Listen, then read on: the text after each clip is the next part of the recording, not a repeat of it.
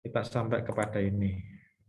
Kita juga sudah mendiskusikan, jangan ini deh, yang ini aja.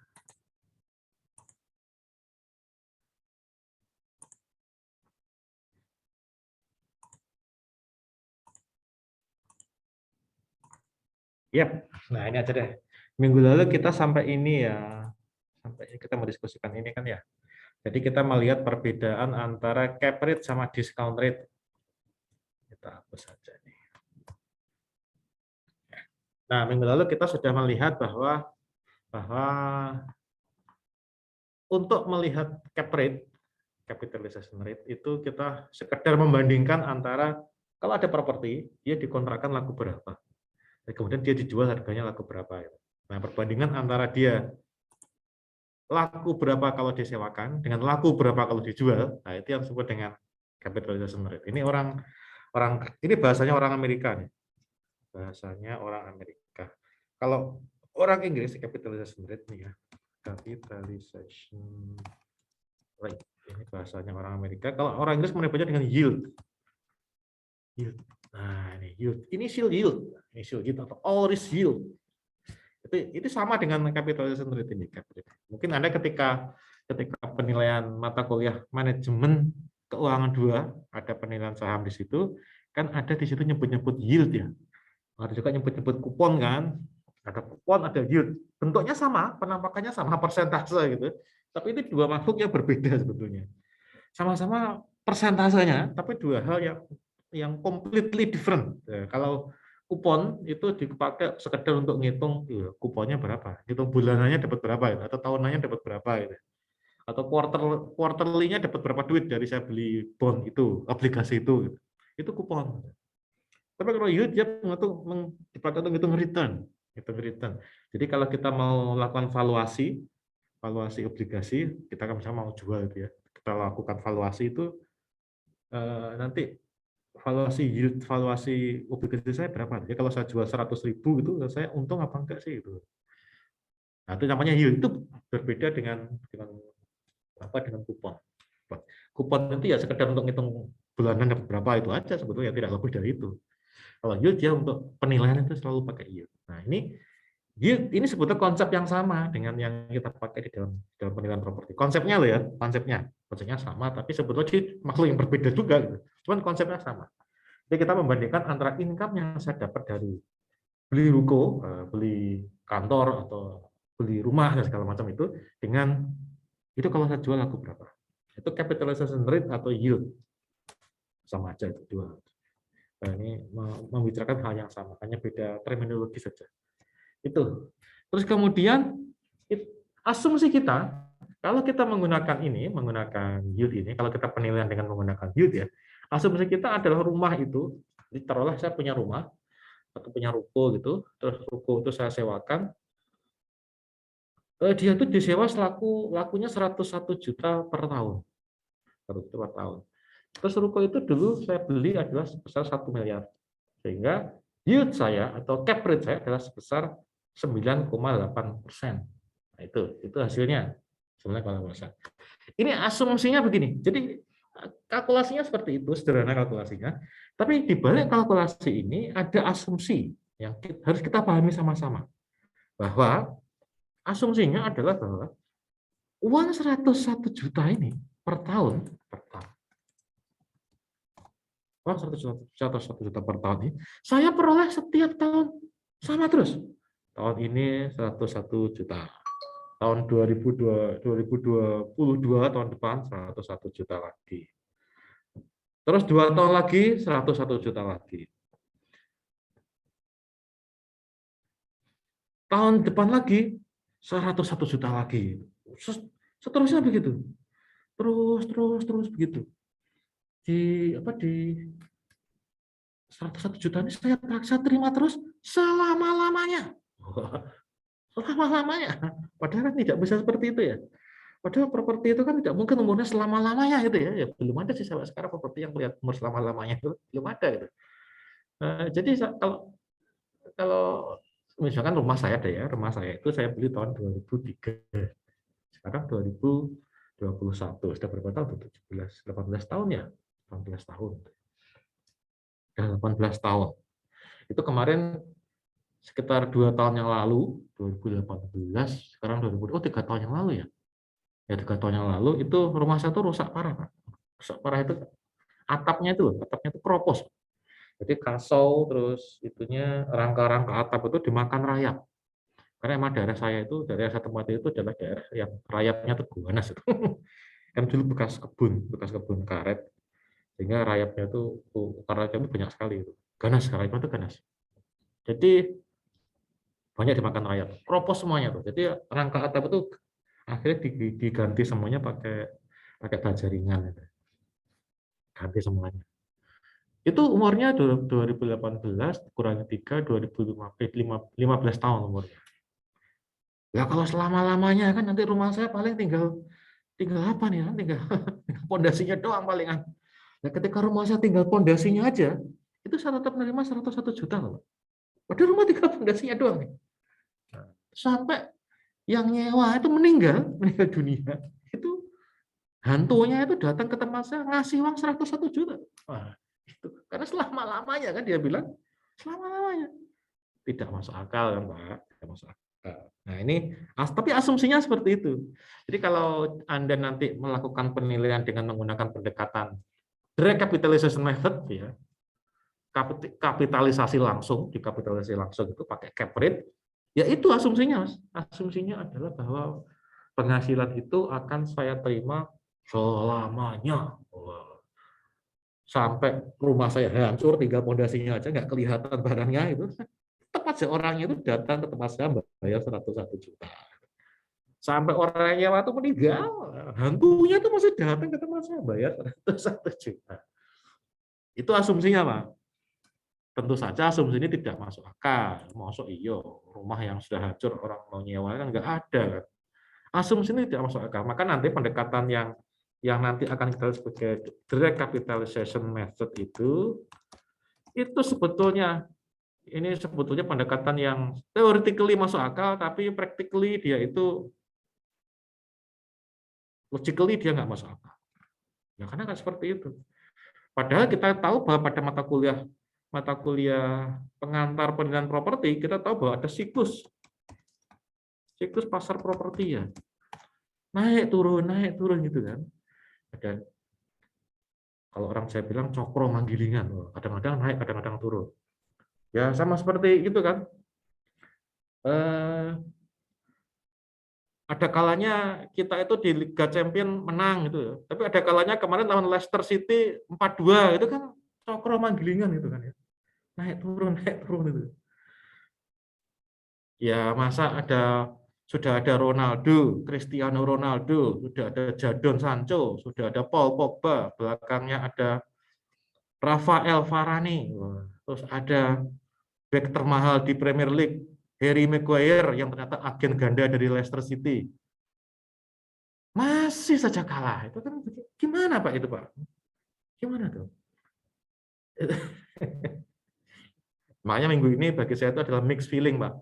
Mixed feeling kan yang senangnya kemarin kan ngelihat Thomas kita menang itu senang ya. Tapi setelah itu ada kabar bahwa 4-2 itu jadi senep, yang tadinya senang berubah jadi senep. Wah, itu mixed feeling. Mixed feeling apa ya? Aduh, itu ya repot lah ya, repot lah. Nah, itu kan. Jadi sama seperti Manchester United yang namanya properti itu juga kadang-kadang naik, kadang-kadang turun. Tapi kalau MU kok turun terus ya, Pak ya? Naiknya kapan?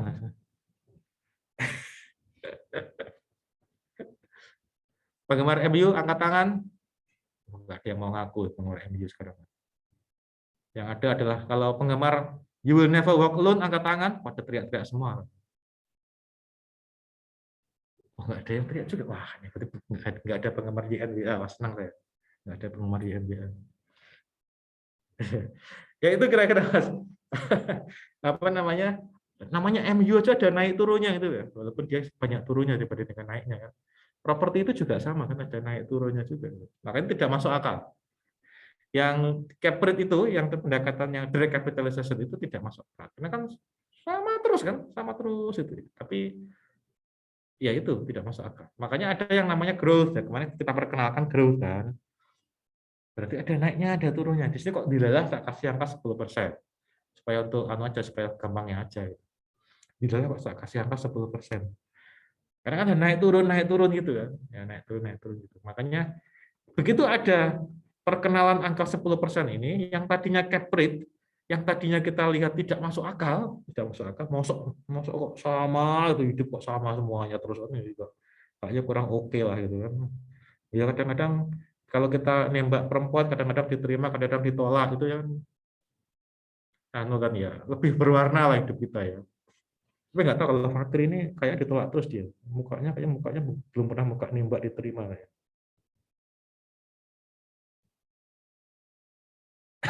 Tambang kosong. Oke, nggak masalah.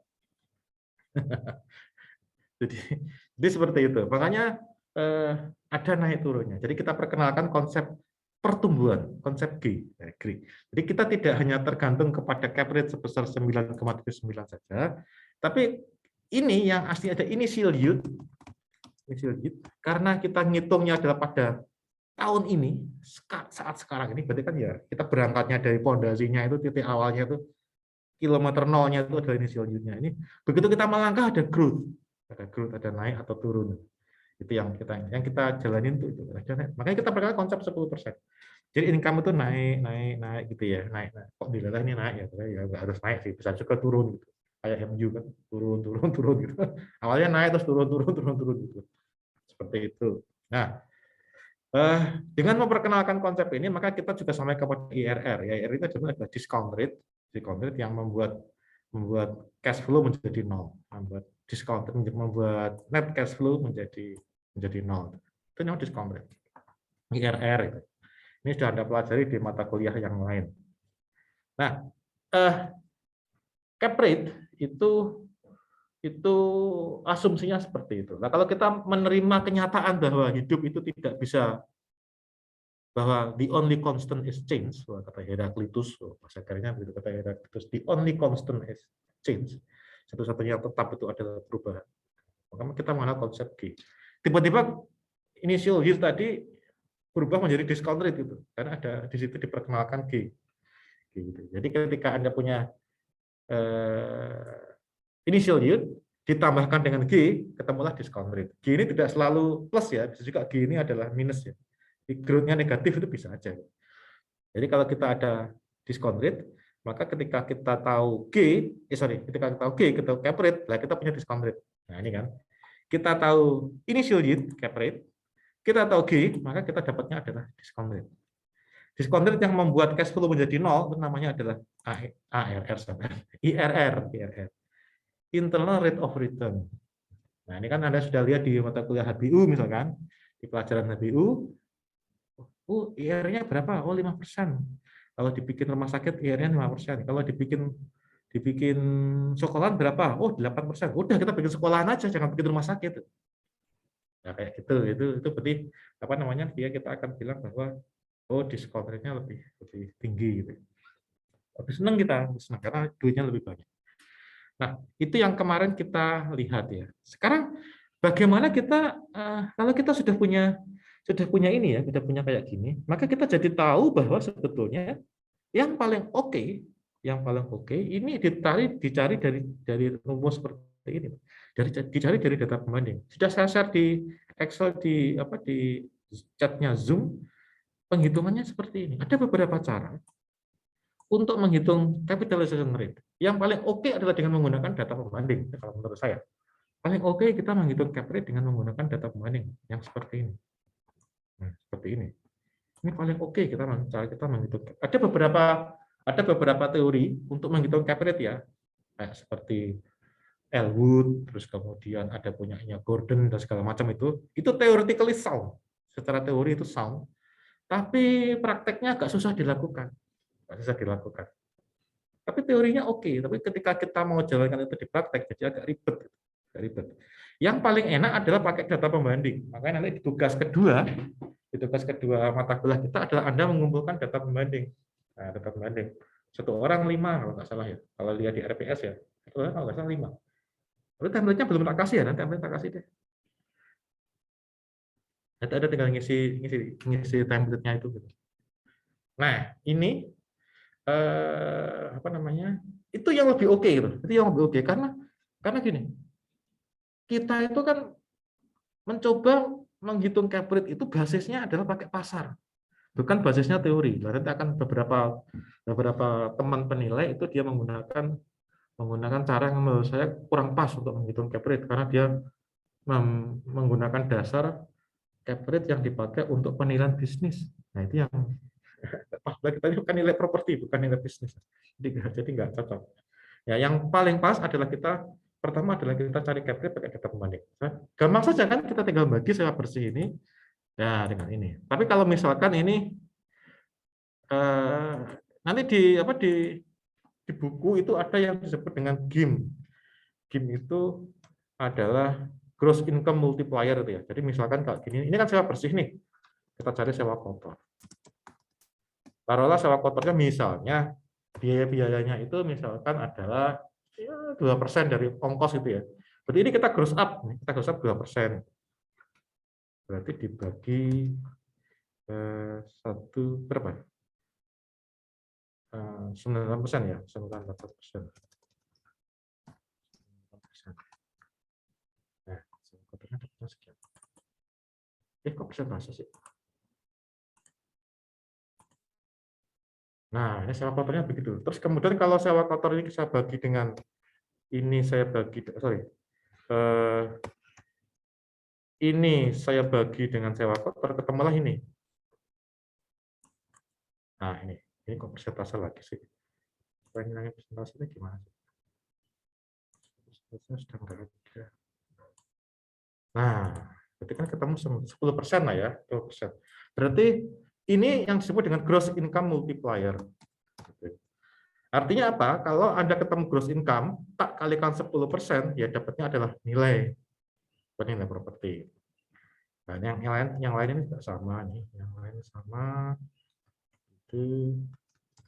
Jadi nanti di sini kalau kita hitung ini, dapatnya adalah sekian. Oh, sorry.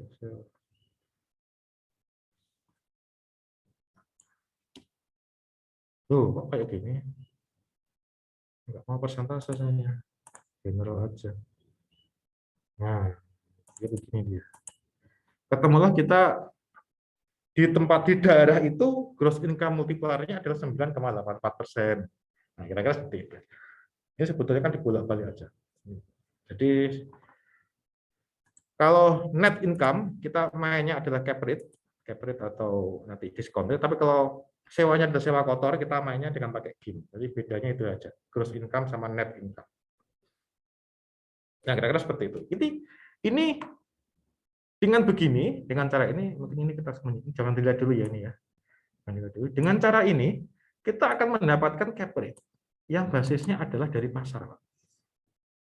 Ada nggak cara lain untuk melakukan? Ada, pakai golden rule dan segala macam itu, tapi nggak oke kalau menurut saya. Oke, kan dengan begini kita akan nggak oke-nya karena dia tuh teori aja, tidak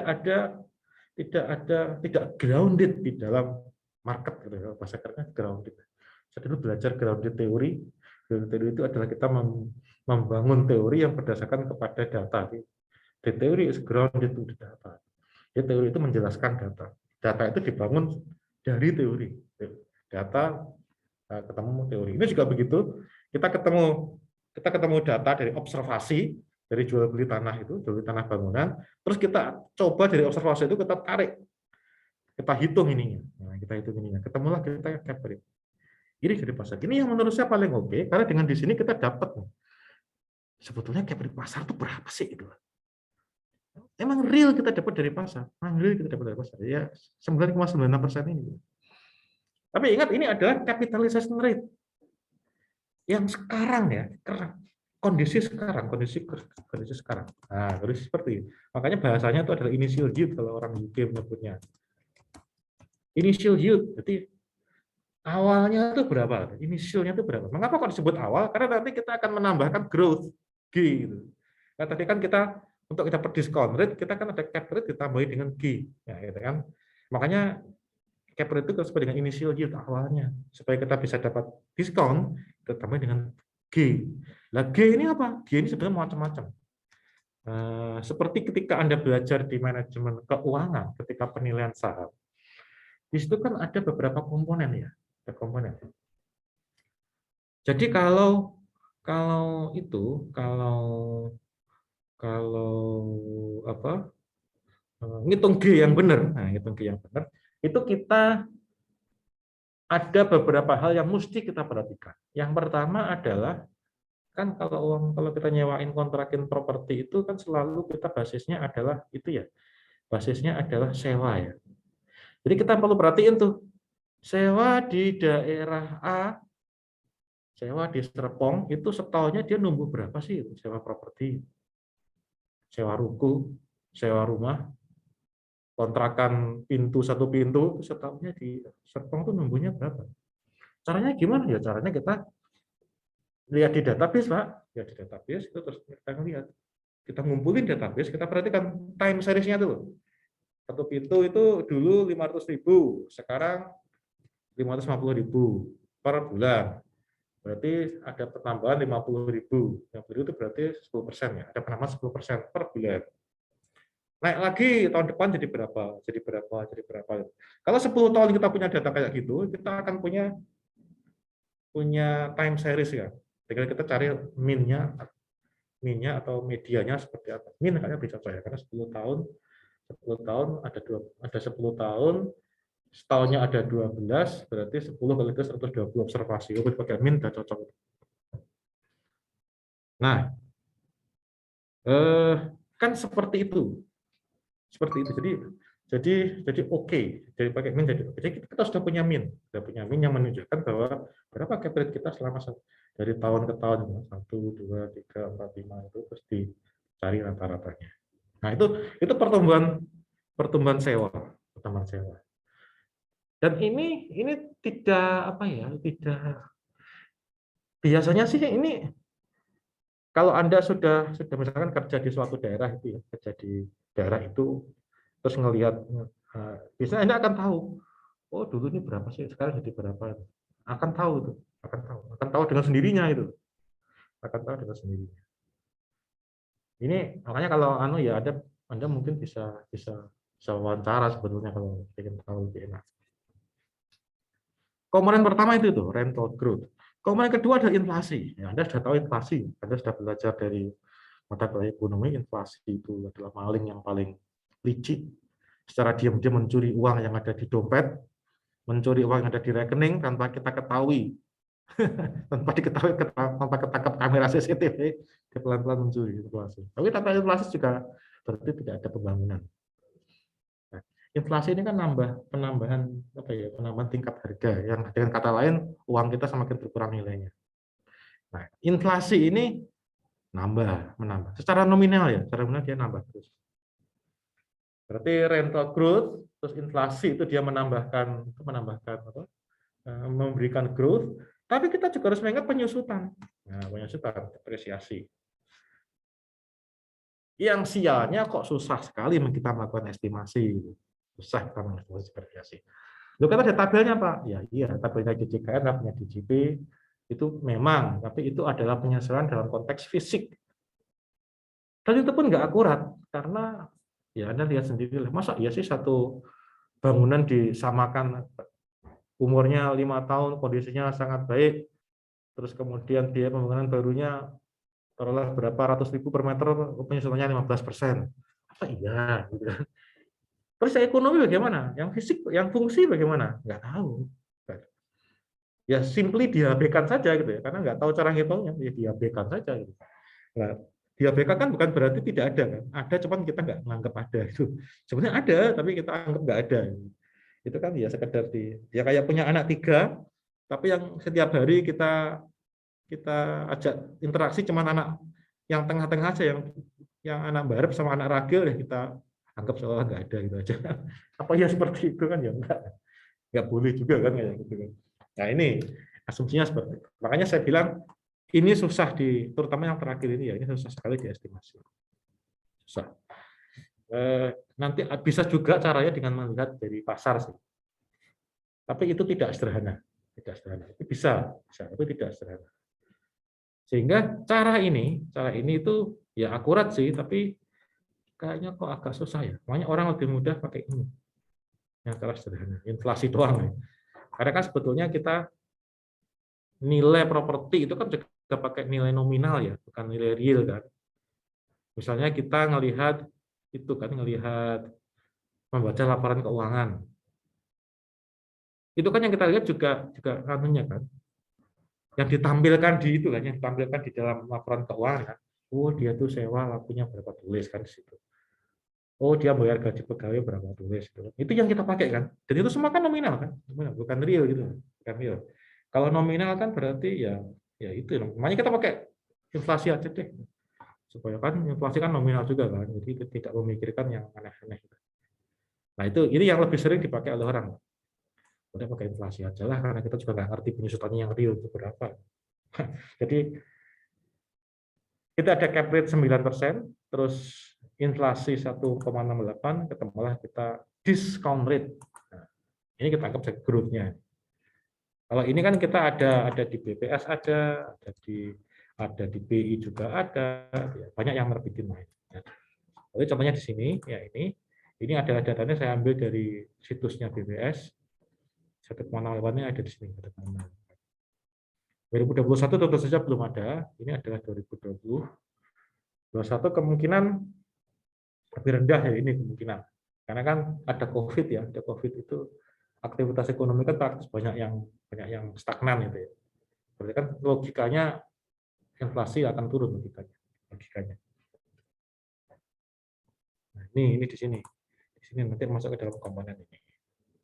Nah, sekarang kita sudah ada cap rate, dengan ditambahkan growth, maka kita ketemu dengan ini.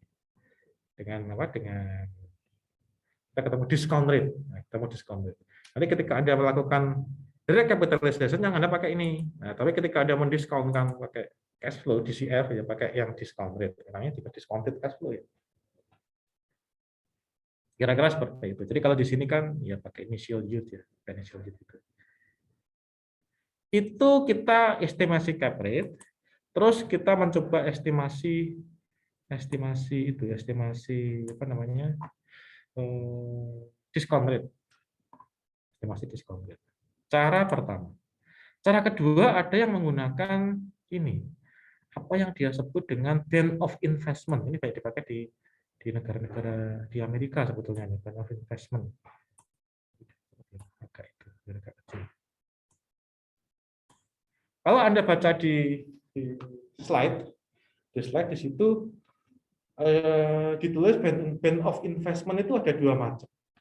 Yang pertama adalah bukan membagi ya, dia percaya bahwa return atau yield yang kita peroleh dari investasi di properti itu merupakan kontribusi dari return yang diperoleh dari bangunan dan return yang diperoleh dari tanah.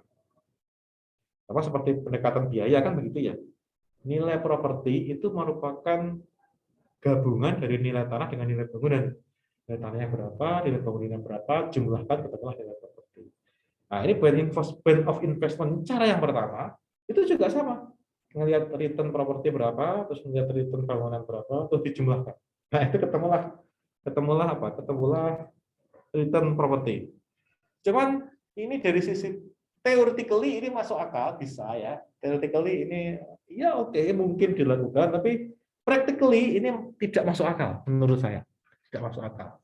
Ada beberapa alasannya. Contohnya gini, kalau untuk kita bakal susah loh bagi mencari return tanah itu berapa, return bangunan itu berapa. Return ini kan sebetulnya untung ya. Keuntungan kita tuh berapa gitu loh. Kayak kemarin kan deposito. Saya punya uang 100.000, tak masukin deposito, bunganya 7%, berarti saya dapat 7.000 dalam waktu 1 tahun. Nah, 7.000 ini kan return, Pak. Return yang saya peroleh dari deposito itu adalah 7.000. Nah, yang saya dapat setiap tahun itu 7.000 dari deposito itu. Tanah juga sama. Kalau saya punya tanah, itu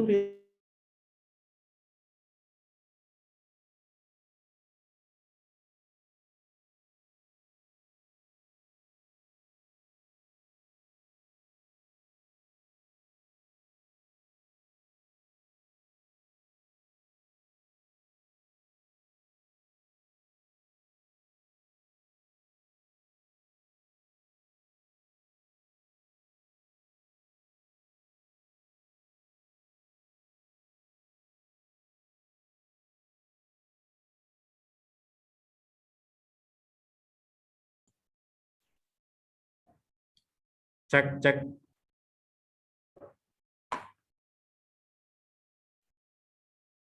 Masuk, Pak. Masuk ya, aduh, saya kelempar lagi nih. Ya nggak ngerti nih, hari ini sudah berapa kali saya kelempar. Nggak tahu saya. Coba ya, saya ulangi lagi nih. Coba, saya ulangi lagi. Mana share screen saya nih. Jaringan kampus hari ini nggak tahu nih. Hancur jaringan kampus hari ini. Apakah gerangan? Nah, ini dia. Sebentar.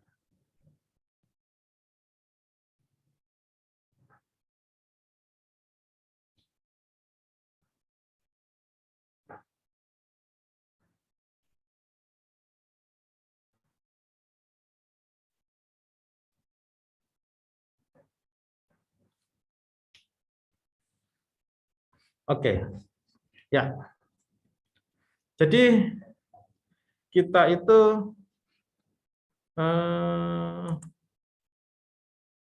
apa namanya, melihat bahwa sebentar.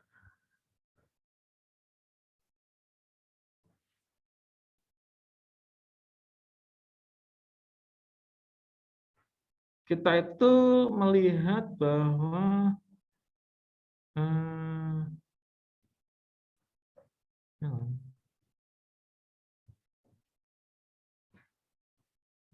distraksi saya.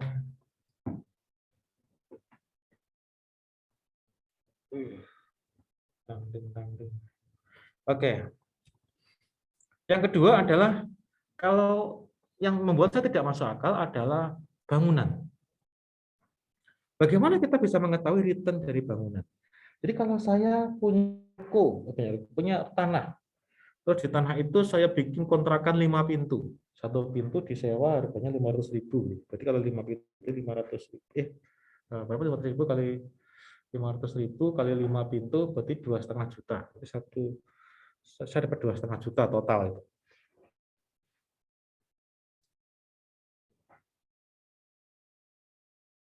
Untuk bangun itu, pertanyaan saya adalah gini. Itu kan orang nyewa kontrakan saya. Itu kan dia sebetulnya bukan ngelihat kontrakan saya itu. Tapi yang dia lihat adalah salah satu yang paling utama adalah apakah kontrakan saya itu dekat dengan pasar? Karena dia kerjanya di pasar. Apakah kontrakan saya itu dekat dengan mall? Karena dia sebagai cleaning service di mall itu. Apakah kontrakan saya itu dekat dengan kampus? Karena dia kerja di kantin kampus.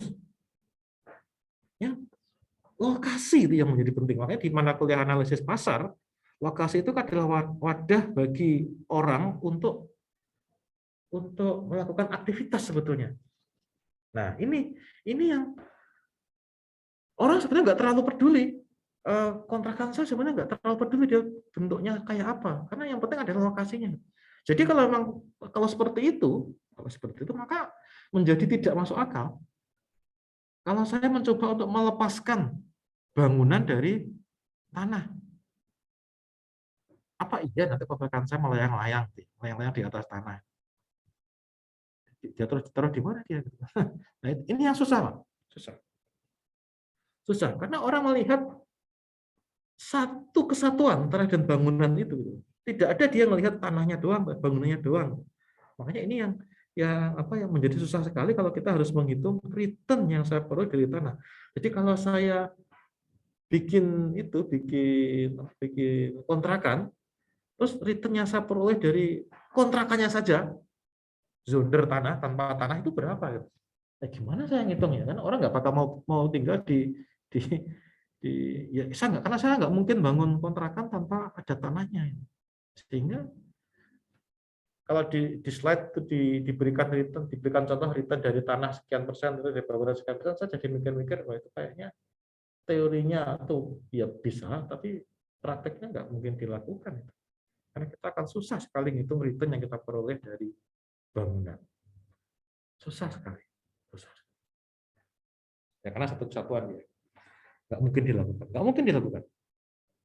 Yang bisa dilakukan adalah bentuk band of investment yang kedua, di mana orang melihat bahwa return keseluruhan itu merupakan kontribusi dari dua hal, yaitu return dari sisi pinjaman dan return dari sisi modal sendiri atau ekuitas.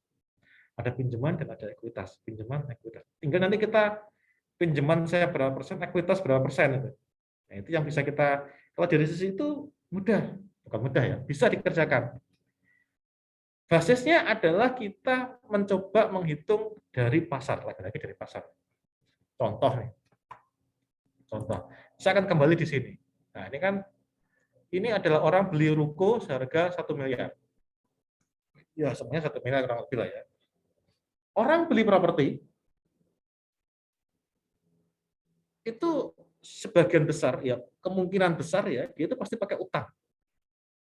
Pakai ya, orang kita beli motor 20 juta aja ngutang ya, Pak. Kita beli HP aja tuh ngutang, apalagi beli rumah. Beli HP 5 juta itu kita ngutang. Apalagi beli rumah yang 500 juta atau beli ruko yang 1 miliar, pasti ngutang.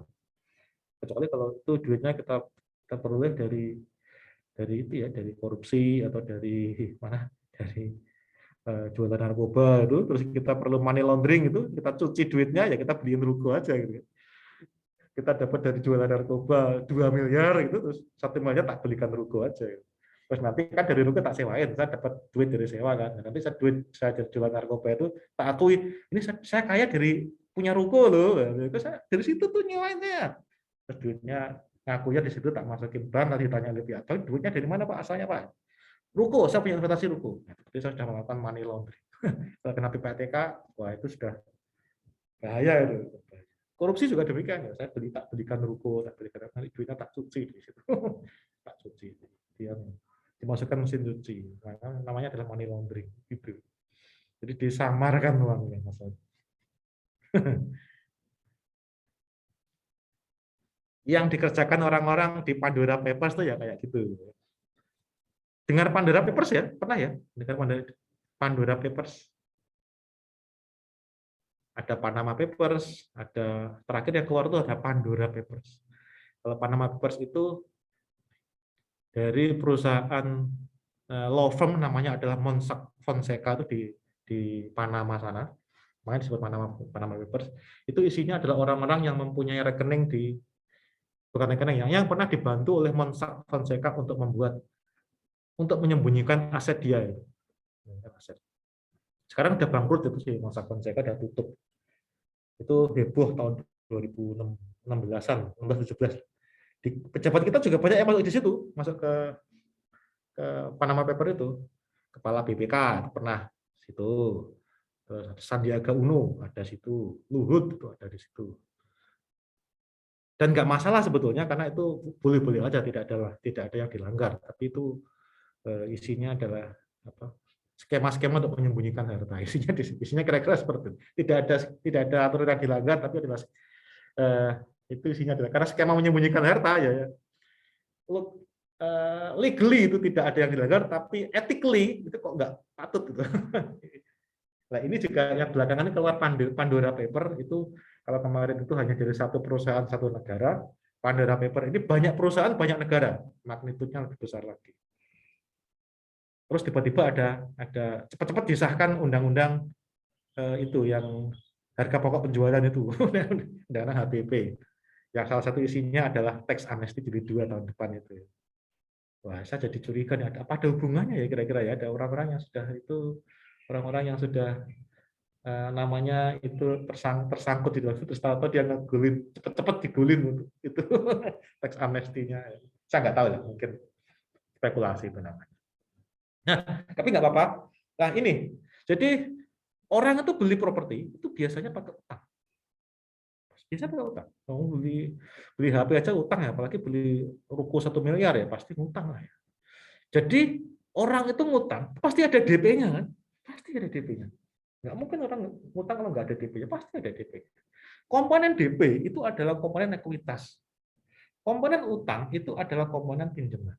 Nah, nanti band of investment tinggal ngelihat dia rasio antara utang dan pinjaman itu.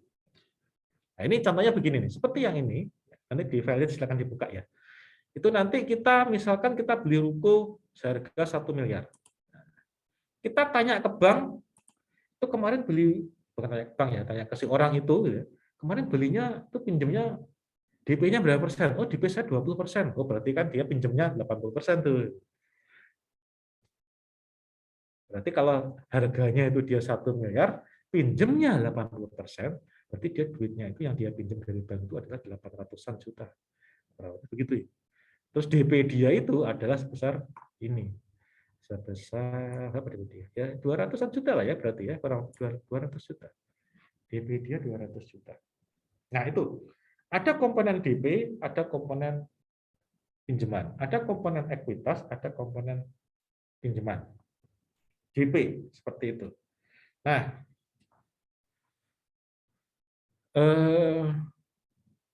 itu yang kita lakukan. Kalau kita tidak bisa mendapatkan informasi dari orang yang bersangkutan, ini bisa kita peroleh dari bank. Kita nanya aja ke bank. Ini biasanya kalau orang minjem di sini DP-nya berapa persen? Ya tentu saja tidak seakurat kalau kita nanya ke yang bersangkutan ya, tapi paling enggak kita punya indikasi lah. Oh, kalau minjem di sini kita biasanya maksimum kita 15%, oh maksimum 30%, oh maksimum kita 10% gitu. Setiap bank dia punya aturan sendiri-sendiri. Karena ini tinggal di average aja kan, ketemulah. Kalau ini saya pakai median ya. Tinggal yang median average ya kira-kira hampir sama ya. Karena kita hitung ukuran tendensi sentral. Nah, nanti tinggal kita dapat angkanya berapa. Nah, itu. Terus kemudian kalau kita sudah tahu pinjamannya sekarang, terus kita tanya, kemarin bunga kreditnya berapa? Bunga KPR-nya berapa? Oh, 10%. Tenornya berapa tahun? Oh, tenornya 20%. Berarti kita bisa hitung cicilan pinjaman dong, pakai rumus ini, pakai rumus PMT. Nah, ini saya yakin ini sudah Anda pelajari rumusnya, sudah Anda pelajari di mata kuliah manajemen keuangan. Di bagian anuitas kurang lebih. Pokok di bagian anuitas ketemu cicilan pinjaman. Kurang lebih seperti itu. Tapi kalau pakai Excel ya begini. Ini saya kasih negatif karena kalau saya nggak kasih negatif dia akan keluar angka begini. Mengapa begini? Karena uang keluar dari saku saya, berarti kan uang melayang tuh, uang keluar berarti kan negatif, kalau uang masuk kan positif. Nah, tapi kan itu logikanya Excel ya. Nah, supaya nggak gitu kan dipositifkan. Harusnya begini harusnya. Nah, begini ketemulah kita positif. Ini yang kita pakai. Berarti kita kalau pinjam 800 juta, bunganya 10%, tenornya 20 tahun, kita per tahun bayarnya 96 juta. Mengapa per tahun? Karena discount rate, cap rate itu kita per tahun. Satuannya per tahun. Annual, satuannya setahun. Setahun penuh. Jadi kita setahun. Kita dapat cicilan bunga, cicilan pinjaman, termasuk bunga di situ, 96 juta per tahun. Nah, 96 juta dibagi dengan 800.000, saya ketemu 11,67. Sehingga di sini kita tahu bahwa untuk mendapatkan uang 96.000 ini, 96 juta ini, bank itu harus ngasih duit 800 juta loh. Sehingga return dia adalah sebesar 11%. Ini dibagi dengan ini. Nah, ketemulah return 11,%. Inilah yang rasio ini dalam beberapa literatur disebut dengan mortgage constant. Mortgage constant. Tapi namanya nggak relevan ya, apalah arti sebuah nama ya, kira-kira begitulah. Yang nanti kalau Anda dengar istilah mortgage constant itu dihitungnya caranya seperti itu. Pakai PMT kayak gini, terus dibagi dengan jumlah pinjaman, ketemulah kita, nah seperti ini. Berhenti kita di sini selesai pinjaman. Ini tinggal kita hitung tendensi sentralnya, ketemulah angka sekian. Properti 1, properti 2, properti 3, terus di min ketemulah sekian, atau di median ketemulah sekian. Kalau ini saya pakai median ini. Di min ketemulah sekian, atau median ketemulah sekian. Komponen pinjaman, terus ada komponen ekuitas. Nah, kalau tadi kita bobotnya adalah 80% untuk pinjaman, berarti sisanya kan ekuitas, modal sendiri, kantong sendiri, kita DP-nya itu 20%. Nah, yang lain juga sama, 15, 40 dan seterusnya. Ini saya ambil dari sini sebetulnya. Nah, saya ambil dari sini. Mana tadi? Nah, ambil dari sini. Sebetulnya nggak seperti itu juga, tapi ekuitas ini sebetulnya dia Yang dia cari di sini sebetulnya bukan cap rate itu sebetulnya, tapi yang dia cari di sini adalah target investasi.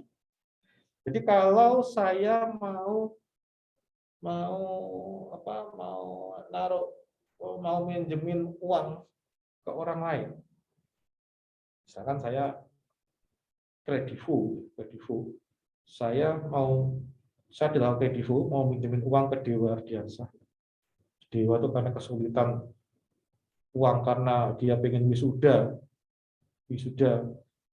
dengan keren, atau pengen laptop karena laptop lama dia untuk ujian banyak kurang meyakinkan, dia pakai kredivo, maka kredivo akan invest ke Dewa. Berapa? 20 juta. Mengapa 20 juta? Karena Dewa butuh 20 juta untuk beli laptop. Berarti kredivo invest ke Dewa sebesar 20 juta. Kredivo dia punya target, Pak. Target investasi sendiri. Berapa target dia? 2,5% per bulan. Gila kan, 2,5% per bulan. Pinjol yang resmi pemerintah, sudah ada izin dari OJK, 2,5% per bulan. Wah, kalau bodoh-bodohan saja dikalikan 12%, dikalikan 12 bulan saja kan berarti berapa tuh? Udah 30% kan? 12 kali 3 udah 36%. 24% ditambah 6 30% loh. Sebulan 30%. Gila nggak? Mana ada orang dapat penghasilan 30% sebulan. Anda jualan sampai pontang-pantai pun nggak bakal dapat 30%. Kredivo dapat. Itu yang legal itu diawasi OJK itu 30%. Padahal kalau kita hitung pakai bunga per bunga, pakai compound interest itu ya lebih dari 30% itu dapatnya jatuh. Gila kan, pinjol. Kalau Anda itu satu aplikasi, kalau Anda punya 3 aplikasi, tinggal kaliin 3 aja, Mas. 100% duit Anda habis itu. Waduh, makanya jauhilah pinjol. Plus Anda punya kartu kredit, wah lebih hancur lagi itu. Lebih hancur lagi hidup Anda itu. Untuk kredit juga tidak kalah gilanya, dia 2% ya per bulan kalau nggak salah. Makanya saya kemarin ditelepon Bank Mandiri, Pak ini ada Bapak kan nasabah setia Bank Mandiri. Wah, saya kan dari Bank Mandiri dari zaman dia masih Bank Eksim. Wah ini sebagai kita kasih itu Pak fasilitas kartu kredit. Wah ya, Bapak tinggal jawab ya, nanti akan kita kirim ke rumah Bapak. Oh mohon maaf Mbak, itu kalau sudah ada kartunya bagi saya gunting aja kartunya Mbak, saya nggak pakai kartu kredit. Saya pakai debit aja udah cukup. Ngapain pakai kartu kredit Mbak?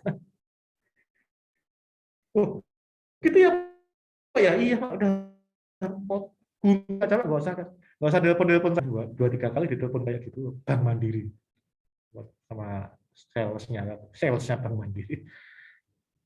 Nah gitu Pak, kita sudah punya bobot ekuitas, kita sudah punya return ekuitas, di sini 9,8%. Nah, itu target dari investor. 9,8%. Kenapa kok saya pakai di sini angka 9,8%? Karena di sini orang ini yang nomor 1 ini dia nanam duit 1 miliar, terus dapat duit 101 juta dan dia sudah oke itu. Sudah oke. Nggak masalah, berarti kan angka 9% sudah masuk ke angka dia gitu. Sudah masuk dia sudah nerima. Ya sudahlah, 9%, 10% oke lah buat saya. Jadi dia sudah legowo kalau dia dapat 10%. Berarti apa ya? Target dia udah masuk. Makanya saya taruh aja di sini 9,81% sebagai ekuitas. Nah, tapi seperti itu sebetulnya logikanya seperti itu. Seharusnya dia tidak seperti itu. Seharusnya saya tidak tulis angka 9,81% karena ini bukan rate untuk return untuk ekuitas ya, bukan, tapi ini adalah return yang saya anggap ekuitas karena ya orangnya dikasih 101 juta udah mau, berarti kan dia sudah legowo kalau dapat 101 juta kan sudah oke. Berarti ya target dia udah masuk lah kurang lebih. Kalau udah oke kan kita anggap target dia udah masuk. Saya nggak tahu apakah itu target dia udah masuk apa belum, saya terus terang nggak tahu. Kalau dia targetnya sebetulnya 15%, ya sebetulnya saya tulis 9,8% ya nggak pas. Kalau dia targetnya 15%, harusnya di sini 15% harusnya. Begini harusnya. Kalau target dia 15%. Tapi kan saya nggak tahu di dalam hati dia, saya nggak tahu. Saya tahunya adalah dia dikasih 100 juta udah oke, udah mau. Dikasih 9,8 sudah mau, ya udah 9,8% aja. Saya nggak tahu kalau di hati dia mintanya begini, ya saya nggak tahu ya. Kalau memang seperti ini harusnya 20% gitu, bukan ini, tapi harusnya 12% tadi. Tapi ini saya ambil yang ini aja lah, supaya saya lebih enak. Dan ini juga logically juga sudah masuk akal. Nah, berarti saya sudah dapat angka 9,8% sebagai ekuitas. Jadi kalau begitu, rata-rata ekuitas saya adalah 9,96%. Sama dengan yang tadi kan? Sama. Berarti saya punya angka ini 12%, untuk pinjaman dengan porsi 80%, dan saya punya 9,9% dengan porsi 20%. Nah, tinggal saya ngitung ininya, ngitung apa namanya? Rata-rata tertimang, Pak. 80% kali 12% ditambah 20% kali 9,9%. Dapatlah angka 11,88%. Nah, itu dapatnya. Kalau tadi di sini kita pakai inflasi dapatnya 11,64%, kalau pakai band of investment yang mortgage dibagi dengan ekuitas dengan utang, saya dapatnya 11,88%. Sama-sama diskon rate-nya. Lu kok nggak sama, Pak? Ya pasti nggak sama. Cara ngitungnya aja beda, asumsinya aja beda, ya pasti nggak sama. Tapi kan bedanya nggak jauh, Mas. Beti aja bedanya, beda-beda tipis. Mengapa? Karena kita sama-sama bergerak dari pasar. Nih, kita sama-sama pakai data ini nih. Nah, kita sama-sama bergerak dari data pasar. Fondasinya tuh sama sehingga hasilnya tidak jauh berbeda. Itu kira-kira apa namanya? Cara kedua. Band of investment. Cara ketiga itu yang disebut dengan build up approach atau BACC. Nah, ini yang kadang-kadang ada orang yang salah ya. Kalau build up approach ini dia melihatnya sama sebetulnya, dia melihat dari nah ini mungkin saya harus balik ke sini. Saya harus balik ke stop dulu ya. Slide saya mana? Nah, ini slide. Sebelum saya ke build up approach, saya mungkin ke sini dulu deh. Ah, ini. Oh, ini aja deh. Ya, ini. Ini aja deh. Nah, orang itu mau invest di properti itu kan harus kita hargai, Pak. Dia tuh udah berani loh ngambil risiko lebih gitu. Makanya tak kasih risk premium di sini. Nah, risk premium. Risiko lebih dia sudah mau nanggung, makanya dia tak kasih risk premium.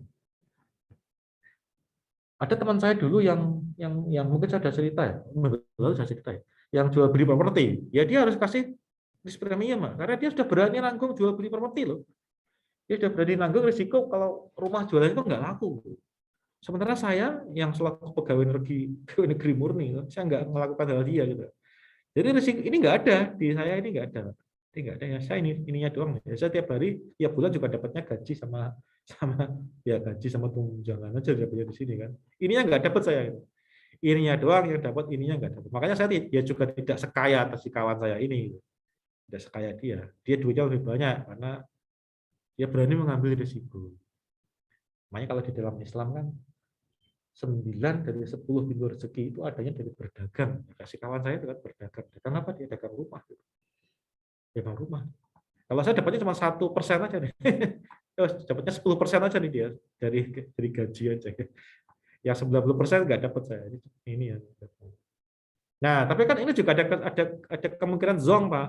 Ada kemungkinan zong karena ya kalau dia jual rumah nggak ada yang beli, ya gimana dong? Nah, itu makanya ada risiko. Sehingga untuk menghitung discount rate, kita harus mempertimbangkan unsur risiko. Itu yang kita pertimbangkan. Makanya di sini, di Excel ini, di kerjaan kita ini, kita menampung risiko, Pak. Risiko di sini. Risk premium ini kita tampung nih. Di sini kita tampung. Nah, itu tampung. Awalnya kita bergerak dari sisi yang risk free. Ini yang risk free. Ini yang risk free, Pak. Risk free. Tidak ada risikonya. Tidak ada risikonya. Sorry. Yang tanpa risiko, yang risk free. Basisnya apa? Kita menggunakan surat utang negara, Pak. 10 tahun. Jadi kalau ini saya Ini ada nggak baratnya? Masih ada nggak baratnya? Mengapa 10 tahun? Ada dasarnya. Oh, ini sudah turun lagi dia. Stop sharing. Di sini ternyata dia sekarang adalah berapa persen? 6,2%. Nah ini 6,2% turun 14 basis point. Turun 14 bps. Nah ini 10 tahun government bond berarti surat utang negara, SUN, surat utang negara. Jadi ini adalah apa ya? Ini yang risk free. Kalau di UK mereka menyebutnya dengan gilt. Di US mereka menyebutnya dengan T-bill atau treasury bill. T-bill. Kita ya SUN itu kita. Mengapa 10 tahun? Karena proyeksi dalam melakukan, kalau kita melakukan discounted cash flow, DCF, proyeksi kita itu ya 10 tahun Pak paling lama. Bisa nggak lebih? Ya matematika bisa, tapi sebetulnya nggak. Kalau dalam bahasa, kalau dalam tradisi Islam itu namanya makruh. Sebaiknya dihindari. Kalau dihindari kamu bakal berpahala, tapi kalau dilaksanakan ya boleh-boleh aja. Tapi sebaiknya dihindari. Ya, mengapa dihindari? Karena kita tuh sotoy kalau di atas 10 tahun, Pak. 10 tahun aja kita sudah nggak tahu bener enggaknya ya, apalagi di atas 10 tahun kita sudah, wah itu sudah sok tahu itu namanya. Jangan kan 10 tahun, Pak. Besok tahun depan itu kita nggak ngerti, Pak. Nah, ini kan apalagi takutnya kita kan sekarang COVID sudah membaik nih ya. Nanti akhir tahun kita dapat misalkan orang pada jalan-jalan gitu ya, pada liburan jalan-jalan naik lagi gelombang ketiga itu hancur lagi kayak Malaysia, Singapura sekarang kan sudah mulai kolaps mereka kan. Kayak kita pas Juni, Juli kemarin kan kondisinya di sana kan seperti itu sekarang. Ya takutnya nanti akhir tahun dia hancur. Kita kayak gitu lagi loh, nyungsep lagi kita gitu. Nah kita nggak tahu loh ya kayak gitu. Lah kok mau di atas 10 tahun? Tahun depan aja kita nggak ngerti, apalagi di atas 10 tahun. Makanya maksimum kalau kondisi ekonomi kita stabil, tidak ada COVID kayak gini, tidak ada risiko yang aneh-aneh, tidak ada krisis dan segala macam, tidak ada pandemi dan seterusnya, ya kita itu 10 tahun. 10 tahun. Semakin pendek kalau kondisinya fluktuatif ya, begini, goyang-goyang begini, fluktuatif itu semakin pendek kita anunya apa namanya? Periode proyeksi kita itu semakin pendek. Jadi kita nggak mungkin. Makanya kita pilih sama 10 tahun aja. Karena memang umumnya ya 10 tahun orang-orang melakukan proyeksi itu nggak lebih. Ini berapa? 6,2%. Ya, saya stop dulu, saya pindah ke sini. Next, tak ganti 6,2%.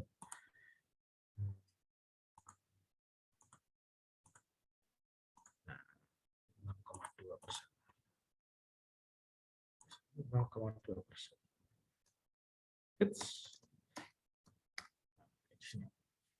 Nah, ini adalah paling safe. Ya, sebetulnya nggak safe amat sih, tapi ya paling safe lah ya. Karena kan asumsinya, masa negara bakal bangkrut sih. Tapi ya pernah ada sih negara yang bangkrut. Yunani itu pernah bangkrut. Terus Argentina bangkrut. Terus Indonesia bangkrut tahun 98 99 nyaris kita bangkrut. Nyaris bangkrut. Malah Uni Soviet malah buyar negaranya. Wow, buyar. Terus surat utangnya gimana dong? Ya nggak ngerti. Buyar Uni Soviet itu. Yugoslavia buyar juga. Cekoslovakia buyar negaranya. Itu kan berarti ada kenyataan bahwa negara itu bisa buyar gitu ya. Tanzania kalau nggak salah ya, juga buyar negaranya pecah menjadi dua itu. Buyar gitu. Ya, jadi itu kan terjadi gitu, terjadi. Makanya nggak safe amat ya, safe tapi ya nggak safe amat sih, tapi safe dibandingkan yang lain safe. Nah ini nilai aman. Terus karena tadi ada risk premium ya Pak ya, karena kita sudah menanggung tidak hanya mau main aman saja, tapi karena dia sudah mau masuk ke usaha, berarti dia sudah berani menanggung risiko, ada tambahan risk premium. Kita tambahkan risk premium. Nah, ini yang kalau kita kembali kepada pelajaran perbandingan data pasar, Pak, itu kan ada penyesuaian jenis data, ada penyesuaian elevasi, kontur, lokasi, terus jarak ke CBD dan segala macam itu. Nah, ini juga seperti itu. Mirip seperti itu idenya. Idenya seperti itu. Tapi Anda gini ngomongnya, saya mau masuk ke, saya disuruh nilai ruko. Berarti nilai ruko, saya nilai ruko ini berarti return saya berapa dong? Yang jelas harus lebih tinggi daripada risk free yang 6,2% tadi. Oke, saya tulis dulu 6,2%. Terus saya bayangkan saya itu akan nilai ruko. Ruko saya posisinya ada di daerah yang ideal. Itu yang saya bayangkan dulu pertama kali. Ruko saya ada di daerah yang ideal. Ideal itu berarti ramai, terus kemudian pinggir jalan raya gede, pinggir jalan gede, terus banyak yang nyewa. Ruko kan dia komersial ya, sehingga tergantung kepada aksesnya baik gitu ya. Lokasinya cakep, strategis gitu. Itu idealnya. Terus kemudian kita melihat ruko yang kita sewa. Ruko yang kita sewa itu di mana sih tempatnya? Oh, ternyata dia dia ternyata lokasinya itu ada di agak minggir dikit nih lokasinya, tidak pas dengan kondisi yang paling keren. Berarti kita kasih adjustment. Lokasinya oh 2% deh. Atau 200 basis point. Ini contohnya adalah BPS. BPS ini adalah singkatan dari basis point. 100 basis point itu sama dengan 1%. Jadi kalau begitu karena dia lokasinya agak minggir, nggak pas di tengah-tengah kota, nggak pas di tengah-tengah jalan ramai, kan berarti ada kemungkinan nggak seramai yang di pinggir jalan gitu. Oh, berarti risiko saya nambah dong. Kalau risiko saya nambah berarti ya return saya harus nambah dong. Nambahnya berapa? Oh 2% aja deh. Terus tahunya kok 2% dari mana? Ini judgment, Mas. Judgment. Alias ya kalau Anda sudah lama nekuni daerah situ gitu, Anda akan tahu oh, kayak gini harusnya nambahnya berapa persen sih. Judgment itu fully judgment penilaian. Nah, makanya di sini tak tulis judgment penilaian. Betul. Terus apalagi nih contohnya lain, properti sektor. Oh, invest saya adalah ruko. Ruko itu komersial. Komersial itu berarti dipakai untuk jualan. Sekarang orang jualan sepi. Nggak kayak kemarin-kemarin, sekarang sepi, pandemi belum selesai. Berarti kalau saya ruko, pakai untuk jualan, ada nggak nanti yang nyewa? Susah deh. Apalagi lokasinya nggak di pinggir jalan. Berarti saya minta tambahan lagi, tak kasih di sini 500 basis point, 5%. Nah, dan seterusnya. Ada rental dan segala macam lah ya, dan seterusnya. Sehingga kita kasih adjustment sebesar 9,7%. Nah, ini. Kalau free-nya tadi adalah 6%, 9%, berarti kita 16%. Nah, ini adalah dari sisi ekuitas ya, ekuitas. Artinya gini, saya itu mau invest di ruko yang lokasinya agak minggir, tidak di pinggir jalan tapi agak masuk gitu. Tapi saya minta return yang 15% ya. Sorry, 16%. Nggak mau saya dikasih 6% doang, nggak mau. Saya maunya 16%. Karena ada kemungkinan risiko saya adalah nggak ada yang nyewa ruko saya. Nggak mau saya dikasih 6% aja. Kalau 6% aja saya beli obligasi aja, beres duit saya aman itu. Nah, ini 15%. Di sini kita tahu bahwa bobot kita itu adalah 20% kan? Ini dari sini. Nah, sehingga di sini sebetulnya ya 16% kali 20% ya 3%. Dari sisi ekuitas. Terus pinjaman nih, pinjaman. Kita tahu bahwa KPR di sini, nah ini 10%. Bobotnya berapa? 80%. Nah, berarti berapa nih? 10%, 8%. Ini ditambah ini, ditambah dengan risiko, ketemulah saya sekian, ditambah dengan porsi pinjaman ketemulah sekian, sehingga total 11,22%. Diskon rate ini, diskon rate. Jadi di sini saya ketemu angka 11,88%, di sini saya ketemu angka 11,22%, di sini saya ketemu angka 11,64%. Nah, itu Pak, itu discount rate. Mana yang benar ya benar semuanya ini. Mana yang paling benar ya benar semuanya, tergantung kepada keyakinan Anda. Anda percaya yang mana nih? Oh, yang terakhir satu lagi nih CAPM. Ya, ini CAPM yang banyak sekali menimbulkan masalah ini, Pak. Masalahnya karena kita tuh suka salah. Kan kalau kita CAPM itu kan ya singkatannya kan ini ya singkatannya ya. Kan berarti kita itu kan begini ya. Return itu terdiri atas return on invest kita, itu sebetulnya bisa kita prediksi dari pasar. Nah, kita pakai Y sama dengan A plus BX. A plus BX. B ini beta, Pak. B ini sama dengan beta. Gitu. Sementara Y adalah return dari investasi kita. Ini return investasi kita. X adalah return pasar, market return. Jadi, Anda dulu masih yang ngajar manajemen keuangan siapa? Manajemen keuangan 2. Masih nggak pelajaran tentang beta?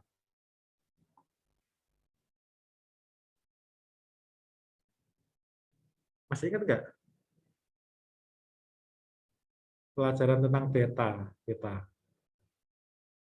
Kalau beta sama dengan 1 itu artinya apa?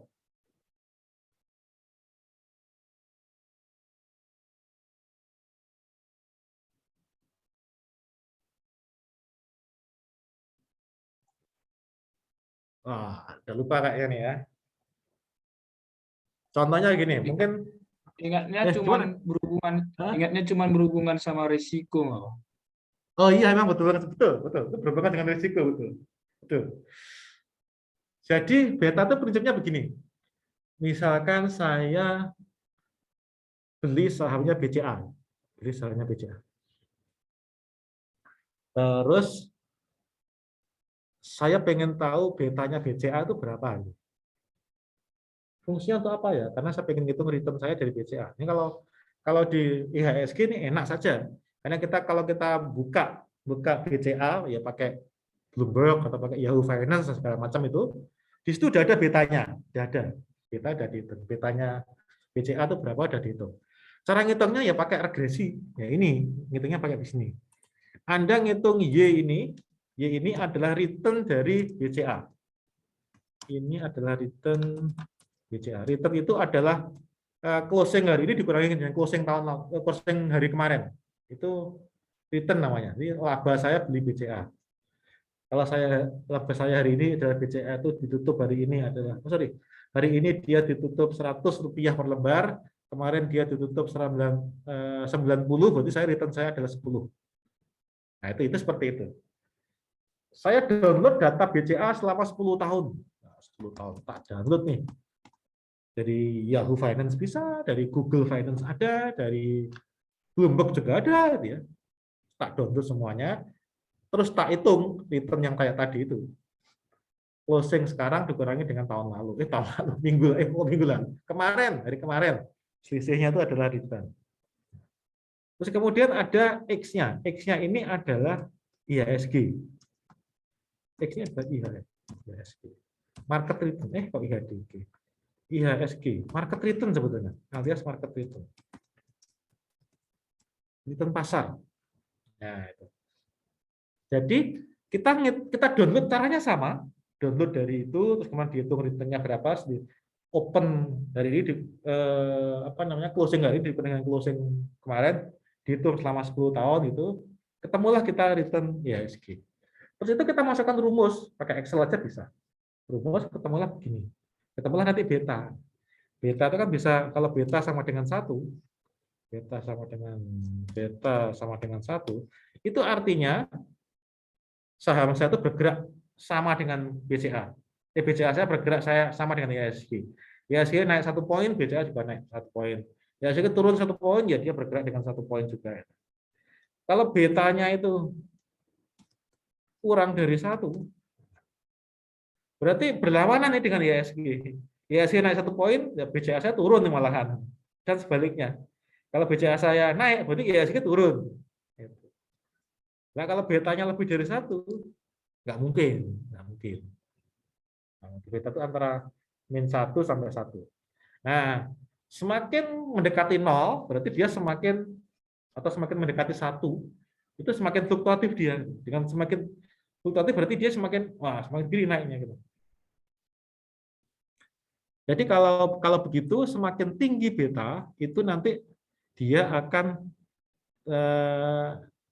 naik turun dengan pasar itu. Kalau pasarnya dia naiknya 1 kali, terus betanya kita 2 gitu ya, berarti kita lebih fluktuatif dibandingkan dengan pasar, risikonya lebih tinggi. Nah itu beta seperti itu.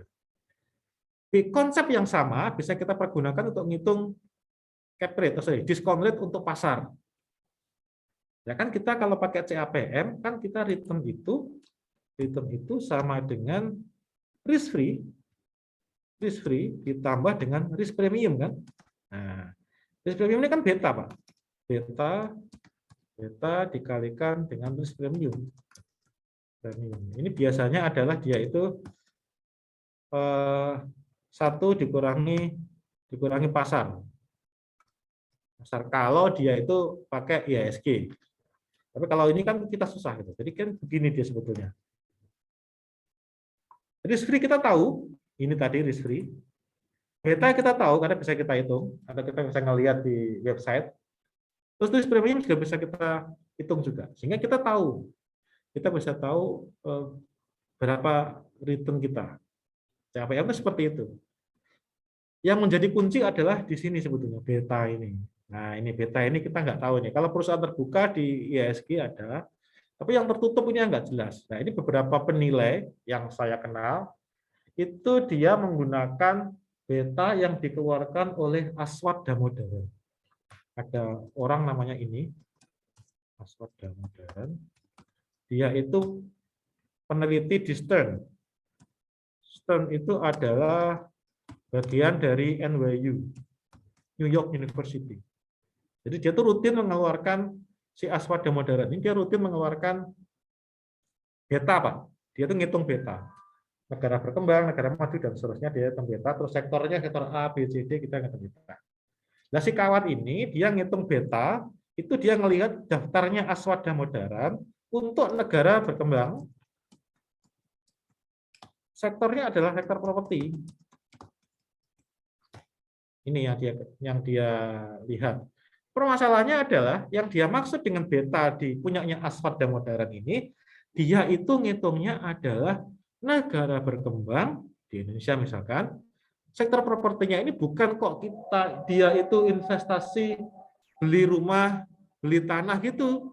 Tapi yang dimaksud dengan sektor properti dia ini adalah Jaya Real Property, Sinarmas, Citraland, sahamnya Jaya, sahamnya Sinarmas, sahamnya Ciputra. Itu yang dia hitung, Pak. Itu yang dia hitung. Bukan kok beta untuk kantor, beta untuk komersial atau shopping center, beta untuk residential, bukan seperti itu. Nah, yang benar itu yang beta yang dihitung oleh orang yang namanya Brown dan Mattison. Ini tahun 2000, dia itu pernah ngitung, tapi itu di UK dia risetnya. Dia itu mengumpulkan data pasar properti di UK selama 10 tahun. Yang dia hitung itu adalah untuk 3 industri, yaitu 3 jenis properti, yaitu shopping center itu, termasuk ruko-ruko dan segala macam itu, perkantoran, sama industrial. 3 jenis properti itu dikumpulkan selama 10 tahun. Dia cari return untuk industri properti, jadi bukan saham properti, bukan saham properti, tapi industri properti, seperti ya jual beli properti gitu, jual beli tanah, jual beli bangunan gitu yang dia itu. Terus kemudian dia juga ngitung untuk perumahan dia berapa, untuk toko dia berapa, untuk pabrik dia berapa. Gitu. Hasilnya dilaporkan dalam buku yang dia terbitkan tahun 2000. Itu sebetulnya banyak yang dia tulis di situ, banyak sekali yang dia hitung di situ, yang dia hasil analisisnya banyak sekali. Salah satunya ada tentang beta ini, tentang cara menghitung beta. itu di kita tidak mungkin melakukan itu ya sampai sekarang ya. Sampai sekarang setahu saya kita akan susah melakukan itu karena datanya kita nggak ada. Datanya kita nggak ada. Makanya kalau si kawan ini dia menggunakan beta yang diterbitkan oleh Aswada dan Distance, yang nggak cocok, karena itu adalah beta untuk penilaian bisnis. Jadi kalau Anda pakai itu, maka yang Anda dapat adalah nilai saham PT Jaya Real Property, bukan nilai rumah di Bintaro sektor 9. Ya, makanya nggak cocoknya di situ, nggak cocok. Ini yang nggak pas, nggak pas. Ini yang hati-hati. Ini yang hati-hati. Makanya di sini seandainya kita sudah tahu risk premiumnya sekian, terus kita bisa menghitung beta sesuai dengan cara yang benar yang diperlihatkan oleh orang ini sayangnya di UK data dia itu. Terus data kita yang kita hitung adalah ruko gitu, komersial berarti ya, shopping center, perbelanjaan gitu ya kita ini. Terus kita tahu premium kita adalah 9,7 ya tinggal ngaliin aja kan. Ini ditambah dengan tingkat ini ketemu angka 13%. Tapi sekali lagi ini susah sekali diterapkan CAPM ini kalau menurut saya susah sekali diterapkan karena alasan-alasan yang tadi itu. Kita tuh nggak punya data untuk ngitung beta. Sementara beta yang dihasilkan oleh Aswada Modern itu adalah beta untuk saham, bukan beta untuk properti. Nah, karena dia itu ya ngitungnya ya seperti itu. Dia itu adalah praktisi penilaian bisnis sih Aswada Modern itu, yang praktisi penilaian properti. Makanya dia upload di website dia yang di Stern ini ya itu untuk saham ya. Jadi tidak bisa dipakai untuk properti. Itu yang kita harus hati-hati, Pak. Yang kita harus Pak, ya. izin bertanya Pak, itu kan pakai yang nama orang itu tadi saya lupa Pak, Asmo apa gitu. Kenapa kita nggak pakai yang beta dari Eric Spree dari Bank Indonesia aja Pak? Kan hal yang sama. gitu, kan, Pak. Iya, hal yang sama. Bank Indonesia dia ngitung betanya saham, Mbak. Saham, Mbak. Jadi belum ada Indonesia ngeluarin yang buat tentang properti aja gitu Pak. Indonesia. Setahu saya belum ada, Pak. Setahu saya belum ada, Pak. Karena emang datanya untuk ngitung itu nggak ada gitu. Datanya untuk ngitung itu susah. Datanya untuk ngitung itu. Kendalanya di data. Jadi kalau teknisnya sih gampang ngitung beta. Tinggal masukin ke Excel dapat datanya kan. Yang ngitung itu kan, ngitung constant itu kan, yang ngitung regresi itu kan. Di situ sih kendalanya sebetulnya. Kalau di BI dia mempunyai data berupa indeks harga pasar properti. Jadi tahun ini dia, misalkan basisnya tahun ini dia 100, tahun depan dia 101, berarti naik 1%. Naik 1% itu, properti harga berarti naik 1%. Tapi itu kan bukan beta. Itu dia melihat perkembangan naik turunnya harga properti. Makanya dia menyebutnya indeks, angka indeks dia yang bikin. Yang dia bikin adalah angka indeks. Jadi dia menyebutnya indeks. Nah itu. Baik, Di Pak, kita belum ada. Di kita belum ada orang. Nah, di kita belum ada. Kendalanya di datanya itu loh, kendalanya. Di datanya itu. Kendalanya di situ gitu. Makanya nanti kita di tugas kedua di mata kuliah kita kan mencoba untuk ngumpulin data ya.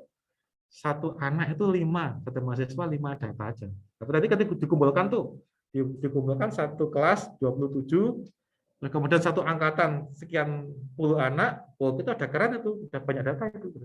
Berarti template-nya belum tak kasih ya, nanti tak kasih lah template-nya.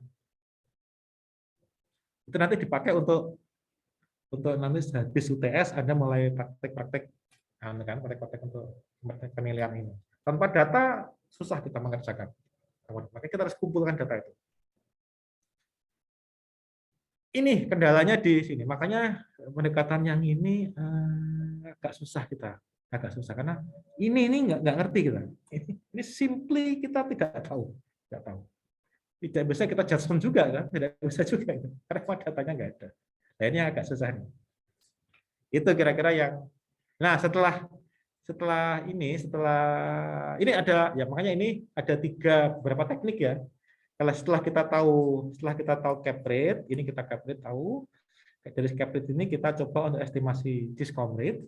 dengan menambahkan growth. Ada yang pakai inflasi, ada yang pakai detail. Nah, detailnya juga susah nih karena kita ini sama, kalau ini mungkin bisa lah ya.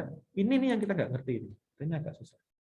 Jadi biasanya orang pakai ini aja lah, pakai inflasi aja lah, yang sederhana. Oh juga kita ngelihat ada di BI juga ngeluarin inflasi, terus BPS juga ngeluarin inflasi gitu ya, sehingga datanya kan ada. Tinggal kita download aja. Gitu. Itu yang pertama. Kemudian kita juga bisa menggunakan Band of Investment BI ini. Ini juga sebetulnya yang BI yang pinjaman sama yang ekuitas, bukan yang tanah sama bangunan. Ada logiknya nggak masuk kalau tanah sama bangunan. Susah kita menghitung bangunan itu susah. Tanah mungkin masih bisa, mungkin masih bisa. Tapi kalau bangunan itu susah gitu. Karena itu jadi satu dengan tanah itu. Jadi gimana kita misalnya bangunan doang itu gimana kan? Susah gitu. Jadi logiknya nggak masuk. Nah, tapi kalau ini bisa. Ini juga basisnya dari data jual beli juga, dari properti juga, dari data pembanding juga. Gitu. Nah, mungkin kalau detailnya kayak gini, yang rasio-rasio kayak gini, ini kalau tidak bisa diperoleh dari yang bersangkutan, si pemiliknya, kita bisa melihat di bank itu biasanya dia berapa sih kalau minjemin KPR itu berapa DP-nya. Berarti kan bobot pinjamannya kan selisihnya itu kan. Kalau dia DP-nya, oh maksimal di sini 10%, Pak. Oh berarti DP-nya kan 10%, berarti pinjamannya kan 90%. Itu bisa kita pakai. Kita kumpulkan beberapa bank, misalkan penyedia KPR, terus kita rata-ratakan, nah kita dapat itu. Ini juga sama, kalau ini saya assume dari yang tadi itu basisnya adalah ekuitas ya. Sehingga kita bisa hitung nih, ini bisa kita hitung. Bisa kita hitung. Ketemulah, atau hasilnya juga tidak jauh beda. Bisa kita hitung. Yang ketiga adalah dengan BACC, ini build up ya. Disebut build up karena dari sini adalah pondasinya, terus kemudian di atas pondasi itu kita nambah gitu. Akhirnya ujung-ujungnya juga nggak beda jauh, mirip saja. Karena kan basisnya juga pasar juga ini kan, basisnya kasar, nggak beda jauh. Tapi ini masih ada unsur judgment. Ini adalah fully judgment ini fully judgment. Unsurnya ini adalah judgment, besarnya penyesuaian juga judgment juga. Jadi ini juga harus lebih hati-hati kalau di sini. Lebih hati-hati. Kalau ini malah lebih kacau ini, lebih kacau. Karena kita simply kita nggak ngerti.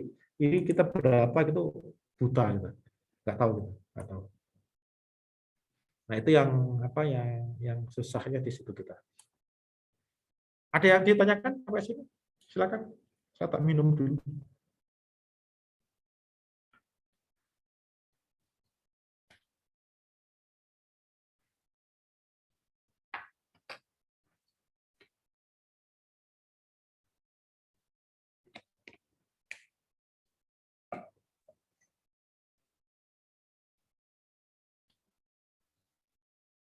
Kalau nggak ada, lanjut ke contoh ya, contoh penilaiannya. Ini kita sederhana aja. Contoh penilaian. Kacamata saya mana? Masih ada 1 jam. Oke, sip. Cukup. Nah, saya akan pindah ke PowerPoint.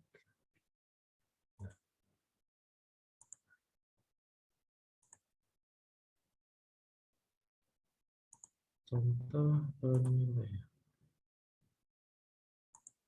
Oke.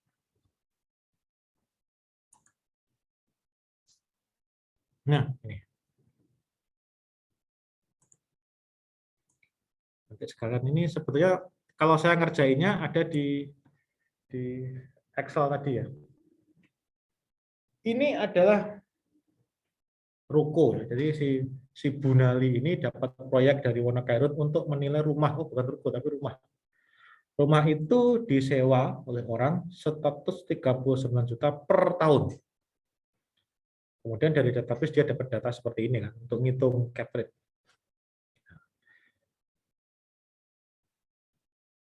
Gimana cara hitung nilainya? Kira-kira seperti itu. Kalau saya kembali ke Excel lagi, jadi di sini kan kita punya data ini 139 juta per tahun. Oke, ini sederhana. Sorry. Ya, sederhana. Kalau saya kembali kepada ini di sheet valuation ini akan ada, ini adalah data yang tadi. Nah, data yang tadi, kita ngitung cap rate, ketemulah sekian ini. Nah, kan? Terus kemudian saya ngitung inflasi untuk supaya saya bisa dapat diskon rate. Nah, sekian ini. Tapi ini perlu dipahami ya, ini adalah cap rate yang saya hitung pakai data pasar, itu adalah cap rate sekarang. Cap rate saat ini. Alias saat ini. Cap rate kondisi saat ini. Tanpa mempertimbangkan growth. Jadi zone growth. Namanya juga cap rate ya. Zone growth. Tanpa mempertimbangkan growth.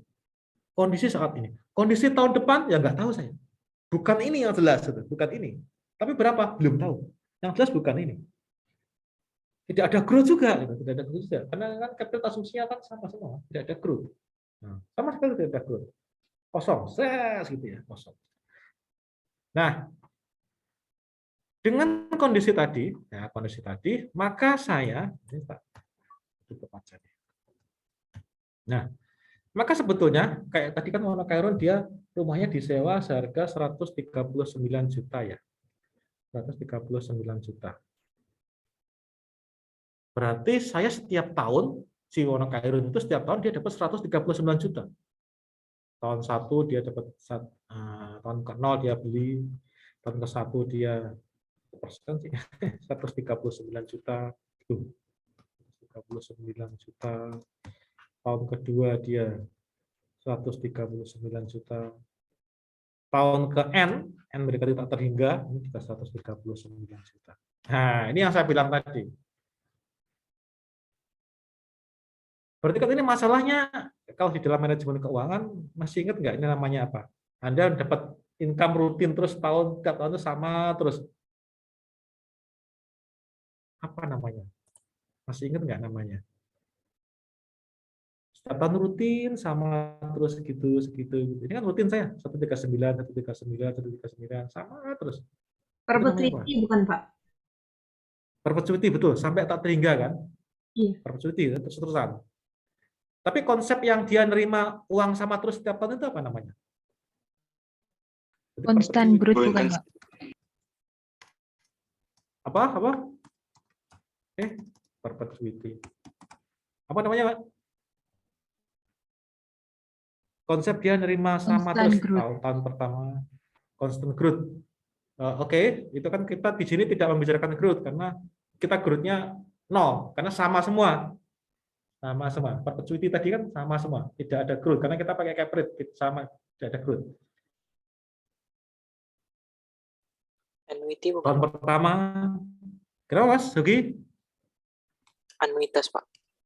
Nah betul, anuitas. Anuitas yang perpetuity. Anuitas yang perpetuity. Saya menerima uang 139 juta setiap tahun rutin selamanya sampai kiamat saya terima itu terus itu. Sampai kiamat. Sampai nanti orang yang ngontrak itu meninggal, tuh hantunya tuh datang ke saya itu, bayar 139 juta gitu. Itu asumsinya seperti itu. Anuitas dari kata annuity itu dari kata annual yang artinya adalah tahunan. Jadi dia setiap tahun itu sama. Dari kata anno, asalnya adalah anno. Anno itu bahasa Latin yang artinya adalah tahun. Nah, jadi dia itu setiap tahun itu dia sama terus. Makanya namanya annuity. Kalau diterjemahkan kita jadi anuitas. Cuman kalau saya nih ya, mendengar kata anuitas itu agak bingung karena saya nggak tahu akar kata anuitas itu apa. Agak bingung. Tapi kalau kemudian anuitas itu dari bahasa Inggris yang aslinya annuity. Annuity itu dari annual yang artinya adalah tahunan. Berarti tahunan. Jadi jumlah setahun dia tiap tahun dia rutin dia sama annual kan setahun sama terus annuity. Tapi kalau annuitas apa itu annuitas? Saya nggak ngerti saya. Ini cara saya untuk tahu konsep tanpa menghafalkan. Nah, seperti itu. Makanya dibilang oleh Hogi anuitas, seperti dibilang oleh Putih anuitas tapi yang perpetuity, anuitas yang selamanya. Berarti ya langsung aja ini saya menerima terus 99,96%, saya assume ini berlangsung selamanya. Ya berarti ya langsung aja kan dibagi seperti ini kan. Nah, seperti ini kan. Langsung aja dibagi. Sebenarnya ini ada penurunannya kalau Anda lihat di manajemen keuangan pertama, itu diturunkan dari rumus anuitas sebetulnya. Rumus kayak gini, diturunkan dari rumus anuitas. Tapi ya ini lihat lagi deh di manajemen keuangan satu ini penurunan rumusnya, aljabarnya seperti apa sehingga bisa keluar seperti ini. Gitu. Ada kaitannya dengan limit sebetulnya. Limit, pelajaran limit. Limit X mendekati tak terhingga. Limit X mendekati terhingga. Ada kaitannya dengan ini. Sehingga kita ketemu angka sekian ini. Nah, berarti ini kalikan ini ketemulah ini, terus saya bulatkan 1,4. Nah, berarti dengan kata lain, kalau begitu Wonokairun itu dia rumahnya kalau dijual lakunya 1,4. Mengapa dibulatkan? Karena ini untuk memberikan, untuk meng-acknowledge, untuk ngaku kalau kita tuh sebetulnya nggak tahu banyak itu loh. Kita ngaku bahwa kita tuh tidak tahu. Jadi kita tuh kalau bilang nanti ditanya oleh Wonokairun, kita bilang, "Mbah, ini rumahnya kalau dijual lakunya kurang lebih 1,4 tuh." Kita bilangnya begitu, 1,4 tuh. Jadi nanti Mbah, kalau ada orang yang mau beli rumahnya Mbah ini, dia nawarnya 1,4, udah nggak usah pikir-pikir Mbah, langsung aja lepas. Tapi kalau ada orang itu belinya 1 miliar ya pikir dulu Mbah, uang ini 1,4 laku nanti, jangan dijual Mbah, jangan dilepas. Soalnya kalau Mbahnya butuh uang ya pas kalau butuh uang. Tapi kalau jangan dijual ya jangan dilepas Mbah gitu. Terus piro ya 1,4 Mbah. 1,3 boleh apa enggak? 1,3 ya bolehlah kira-kira Mbah. 1,5 ya langsung nggak usah mikir-mikir Mbah. Wah, itu kira-kira seperti itu nanti yang kita sampaikan kepada Mbah Wonokairun. Nah, tapi ini sebetulnya nggak logik. Ini yang disebut dengan yang kayak gini disebut dengan direct capitalization. Kapitalisasi langsung aja tuh, jebret. Nah, ini sebetulnya ya benar tapi nggak benar, orang Jawa bilang benar tapi nggak benar. Karena nggak logik. Ya masa iya nanti selamanya saya terima duit 1,39 juta terus. Nah, tadi itu kan. Ya kalau yang nyewa mati gimana? Apakah dia tetap datang hantunya bayar saya 1,9 juta?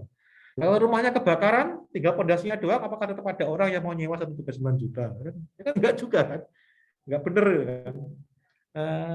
Enggak masuk akal. Seperti yang kemarin kita lihat di situ kan, di apa di saya akan PowerPoint saya mana sih?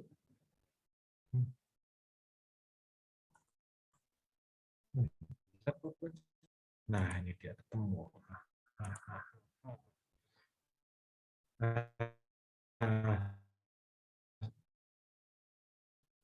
Yang lebih realistis adalah yang skenario yang oh my goodness, I'm so bad at this. Ini dia. Kan di Paxson ini kan Anda lihat di sini kan ya. Sewa itu paling sedikit 3 tahun. 3 tahun kan. Berarti kan kalau 3 tahun kan dia berarti kan bisa stop udah 3 tahun. Bisa stop bisa dia bisa nyewa 2 tahun. 2 tahun nggak bisa ya. 3 tahun bisa, 4 tahun bisa, 5 tahun bisa. Terus selamanya nggak ada. Nggak ada yang mau nyewa selamanya. Itu paling ya segitu kan. Nah, ini yang makanya skenario yang lebih masuk akal itu yang seperti ini sebetulnya. Punyanya Mbah He tadi. Nah, ini yang lebih masuk akal. Gunali mendapatkan orderan dari Wonokairun untuk menilai rumahnya. Rumah itu sekarang dalam kondisi disewa selama 5 tahun. Perjanjian sewa menyewa ditandatangani 3 tahun yang lalu. Nah, berarti tinggal nyisa 2 tahun ya. Tinggal nyisa 2 tahun. Berarti. Per tahun itu dia terima duit 110 juta. Nah, berarti dia itu si Wonokairun dia tinggal terima duit dua kali aja ya. 110 juta kali 2 ya. Karena yang 3 tahun kan sudah lewat tuh. Dari analisis properti yang sebanding, Bu Nuril mendapatkan informasi bahwa nilai sewa yang wajar adalah 139 juta per tahun. Jadi kalau kontrak rumahnya ini dikontrakan sekarang, itu bukan 110 juta, tapi 139 juta. Nah, ini Wonokairun meminta Bunali untuk mengestimasi share pasar itu. Ada beberapa hal yang ingin saya sampaikan di sini. Yang pertama adalah ada tanda tangan kontrak antara penyewa dengan si Wonokairun. Bahwa si orang itu akan ngontrak rumah Wonokairun selama 5 tahun. 5 tahun. Sekarang ini sudah tahun ketiga. Jadi tinggal 2 tahun lagi. Pertanyaan saya adalah setelah 2 tahun lagi itu, tahun kelima nanti ya, sekarang tahun 2021, 2022, 2023 ya tahun 2024. Nah, 2024 awal tahun 2024, 3 tahun lagi, 2 tahun lagi. Itu apa yang terjadi dengan rumahnya Wonokairun? Apa yang terjadi, Mbak, kira-kira? Apa yang terjadi dengan rumahnya Wonokairun? Atau dengan Wonokairun? Apa yang terjadi pada tahun kelima ketika kontraknya habis?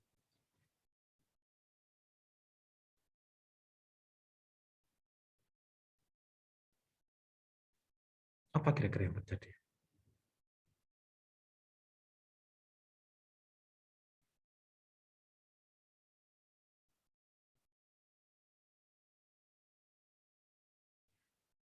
Ada yang punya ide kira-kira apa yang terjadi setelah kontraknya habis? Ada kerusakan. Apa Pak Puguh kira-kira Pak Puguh Nugroho? Puguh ada? Ah, Puguh Nugroho. Apa Pak Puguh kira-kira Pak Puguh? Yang terjadi ketika kontraknya rumah Wonokairun itu habis?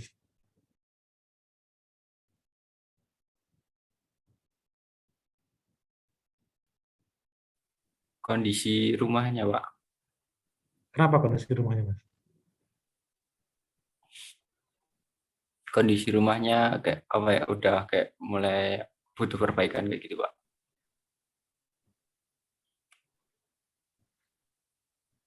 Ada apa dengan kondisi rumahnya, Mas? Oh, bagian-bagian tertentu kayak mengalami kerusakan kayak gitu, Pak. Oke, mengalami rusak. Oke, situ. Kondisi rumahnya mungkin rusak-rusak gitu ya. Mungkin itu. Tapi kan gini, Mas. Sebetulnya kalau dalam konsep perjanjian kontrak, ya ini memang ya kelemahan di kita ya. Kalau orang kontrak rumah, itu sebetulnya dia ada perjanjiannya. Salah satu pasal dalam perjanjian itu biasanya adalah ketika kita mengembalikan rumah itu ke pemilik, maka yang kondisi rumah itu adalah sama seperti kondisi rumah ketika kita itu pertama kali masuk ke rumah itu. Jadi kalau rumah itu ketika masuk catnya warna biru, ya ketika kita balikin ke pemilik, ya catnya juga biru lagi. Ketika kita masuk itu tidak ada lubang pakunya, ya ketika kita keluar ya tidak ada lubang pakunya. Seperti itu, Mas Puguh, sebetulnya apa yang pas kondisi kontrak. Kalau kita kan biasanya kadang-kadang nih ketika kita dikontrakin orang itu butuh orangnya keluar ya rumah kita berantakan. Jadi ya nggak pas. Kalau dari sisi income gimana, Mas Puguh?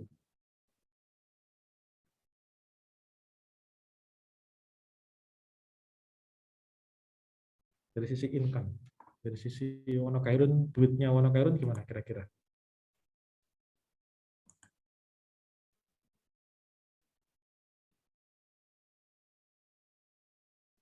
Ada ide, Kang Gitya, setelah kontraknya habis Wonokairun?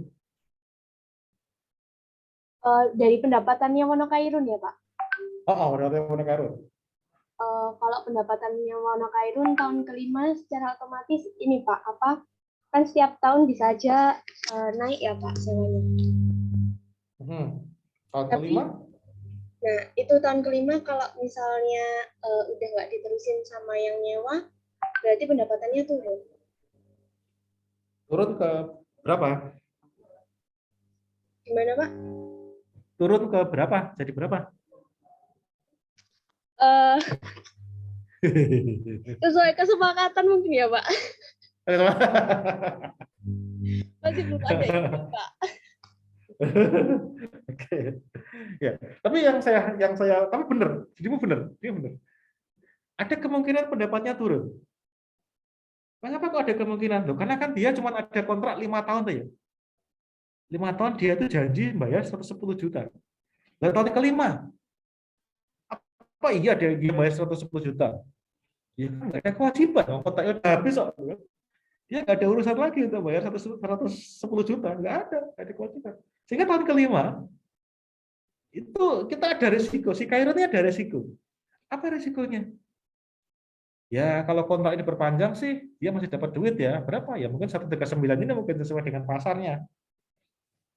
Mungkin. Kalau diperpanjang.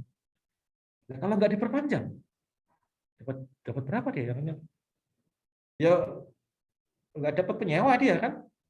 Ya, mereka kan berarti nggak ada nyewa. Si nyewa kan pergi dia. Pergi terus siapa yang nyewa? Ya nggak tahu gitu kan. Makanya turun dia, benar sih Anggita. Turun berapa? 0. 0. Tidak dapat duit dia malahan gitu kan. Loh, yang nyewa nggak ada. Yang nyewa itu nggak ada. Nggak ada yang nyewa. Kosong. Biar yang nyewa. Makanya ini saya bilang bahwa gini, bahwa nanti ketika kita sewa properti, itu kan kita bergerak dalam bisnis properti itu ya, bukan hanya properti ya, bisnis apapun itu kan, selalu ada risiko seperti ini. Selalu ada risiko bahwa kita itu nanti periode mendatang itu income kita tuh berapa? Ada kemungkinan zonk loh, ada kemungkinan zonk. Ada kemungkinan jadi bukan untung, dia malah buntung gitu. Makanya tadi ada konsep namanya risk premium, Karena kita ada risiko bahwa kita itu tidak mendapatkan duit. Ini Wono Cairo ini tahun kelima dia ada risiko. Ya, kalau nggak diperpanjang sewanya dia dapat duit dari mana? Nggak ada, dia kosong dia duitnya. Kalau diperpanjang dia ada kemungkinan dapat duit 139. Kalau diperpanjang, lah kalau enggak ya 0 duitnya, nggak ada gitu. Sama sekali nggak. Berarti ada risiko di sini, ada risiko. Nah makanya bisnis properti itu selalu ada risiko. Nah, kalau ada risiko berarti ini akan ngefek ke nilai sebetulnya. Semakin tinggi risiko, ya nilainya akan semakin rendah. Kan? Karena return yang kita minta semakin tinggi. Kita nuntut return semakin tinggi, berarti nilainya juga akan semakin rendah. Nah, akan kita lihat di kalkulasi matematisnya. Kalau yang seperti tadi itu skenario-nya, itu nanti akan berubah kita, itu kalkulasinya akan berubah. Masih ingat nggak ketika di manajemen keuangan itu ada soal time value of money, maka kita kan harus hitung timeline ya, kita bikin timeline kan ya. Timeline-nya kira-kira seperti ini untuk yang Wono Cairo tadi. Nah, seperti ini kita. Ya kira-kira seperti ini ya. Kok nggak mau bayang sih? Malah gitu. Nah, timeline-nya kira-kira seperti ini dia. Jadi tahun 0 sampai dengan tahun kedua, kan tanggal penilaian kan sekarang ya, 0 kan. Tinggal sisa 2 tahun lagi kan. Dari 0 sampai tahun kedua, dia akan dapat duit 110 juta. Ini saya sebut sebagai tempo kontrak. Tempo kontrak ini adalah tempo ketika kontrakannya masih ada kan. Masih ada yang nyewa gitu ya, tempo kontrak. Terus tahun ketiga sampai tahun tak terhingga, saya nggak ngerti tahun sampai kiamat itu, saya sebut sebagai tempo reversion. Reversion karena rumahnya kembali ke saya, rumahnya kembali ke Wono Cairo lagi, bukan ke pengontrak lagi. Kontraknya pergi, Wono Cairo ambil itu rumah. Karena sudah habis kontraknya. Dia ada kemungkinan dapat duit 130 juta. Karena mengapa? Karena nilai pasar wajarnya, nilai sewanya yang wajar tahun itu adalah 139 juta. Tapi kalau ada yang ngontrak, ya kalau nggak ada yang ngontrak ya nggak dapat duit dia gitu. Nggak dapat duit. Makanya ada risiko yang harus dihadapi oleh si Cairo. Ada potensi untuk dapat 139 juta. Ini ingat potensi ya. Potensi ini bukan berarti barangnya ada, tapi berpotensi ada. Tapi ada juga berpotensi yang tidak ada juga. Ini konsepnya probability ini sebetulnya. Bisa ada, bisa tidak gitu ya. Yes, no gitu. Nah, probability konsepnya. Jadi ada risiko kalau dia itu nggak dapat. Karena tadi kita sudah melihat bahwa ada risk premium, semakin tinggi risiko, berarti return kita yang kita minta juga semakin besar. Berarti kita juga minta return yang besar. Nah, di sini kita pakai cap rate, di sini kita pakai discount rate. Iya kan, discount rate. Ini ada annuity juga sebetulnya nih. Anuitas juga. Di sini kita dapat 110 juta, ini juga dapat 110 juta. Berarti anuitas. Anuitas selama 2 tahun. Nah, anuitas selama 2 tahun. Jadi, kalau begitu nanti seperti ini kita menilainya. Hitung-hitungannya kira-kira seperti ini. Ini tempo masa kontrakan. Kontrakan ada. Ini salah di sini. Nah, di sini ini masa kontrakan. Masa kontrakan ada. Ini adalah masa reversion. Ketika masa kontrakan ada, itu kita annuity, itu selama 2 tahun, discount rate kita adalah cap rate ditambah dengan cash flow. Kok cash flow? Dengan growth. Kalau kita ada inflasi 1,6%, sehingga total kita adalah 11,64%. Nah, ketemulah kita seperti ini. Jadi, sorry, ini ditutup aja nih. Pokoknya tak matiin jadi putih. Ini mana sih font putih? Oh, nggak ada. Nah, ini. Nah, sehingga dia itu cap rate-nya, kok cap rate, discount rate-nya adalah sebesar 11,64, asalnya dari cap rate saya tambahi dengan growth 11,64. Selama berapa tahun? 2 tahun. Karena kontrak kita sisanya ada 2 tahun. Bagaimana cara ngitungnya? Ya silakan aja lihat di manajemen keuangan, anuitas. Tapi kalau di Excel ya seperti ini kira-kira itu. Mengapa kalau saya kasih ABS di sini ya supaya nggak negatif aja. Saya kan kasih ABS tapi dia begini. Nah, ini gini kan. Saya kasih ABS supaya nggak negatif. Ini kalau pakai Excel, hitung-hitungnya seperti ini. Jadi rumus fungsi yang Anda bisa pakai seperti ini. Ini adalah nilai untuk periode kontrakan. Padahal kita ada 2 periode ya, kontrakan sama periode reversion. Reversion bagaimana? Reversion kita balik ke cap rate lagi karena kita asumsi kita assume bahwa kita dapat warna Chiron ini dapat 139 juta selamanya. Just sampai ke perpetuity tadi itu yang dibilang oleh Kuti tadi, perpetuity. Nah, perpetuity berapa persen? Kita kan nggak tahu akan ada kontrak, ada orang yang kontrak apa enggak. Jadi nambah risiko kita. Makanya ada penyesuaian yang ada ditambahin lagi, satu lagi adjustment namanya ada rental. Saya bisa sebutkan. Karena tidak ada kepastian ya, tidak ada kepastian bahwa kita akan dapat uang atau tidak, maka di sini kan kita kembali pada konsep di sini, ada di sini adjustment yang namanya adalah risk premium yang diperoleh, ini pas nih, rental. Premium karena kita itu harus dapat, nggak ada kepastian asal rental. Apakah kita akan dapat sewa setelah tahun kedua dapat nanti, setelah kontrak habis? Nah, kita nggak tahu. Nah, kita tambahkan 100 basis poin, alias 1%. Nah, di sini kita tambahkan 1%. Dari 11,6% tambahkan 1%, 12,64%. Selamanya. Ketemulah angka sekian. Cuman ini adalah angka pada tahun kedua. Sementara penilaian adalah tahun ke-0. Tahun ke-0, tahun kedua di bawah tahun ke-0, ya dikalikan dengan present value selama berapa tahun? 2 tahun. Nah, ini. Rumusnya kalau di Excel ya kayak seperti inilah ya. Ini harusnya jangan begini nih, harusnya begini nih. Kita yes. Ini harus. Seperti itu. Ini kita nilai untuk, jadi ini 139 juta dikalikan annuity, ketemulah kita nilai pada tahun kedua, supaya dapat tahun ke-0, tak kalikan dengan 0,79. Di present value kan. Ketemulah angka 800. Jadi ini kali ini ketemu tahun kedua, dikalikan kalau ini jadi tahun ke-0. Ketemulah angka 800. 186 yang periode kontrakan ditambah 800, ketemulah 1,053. Tak bulatkan jadi 1,054.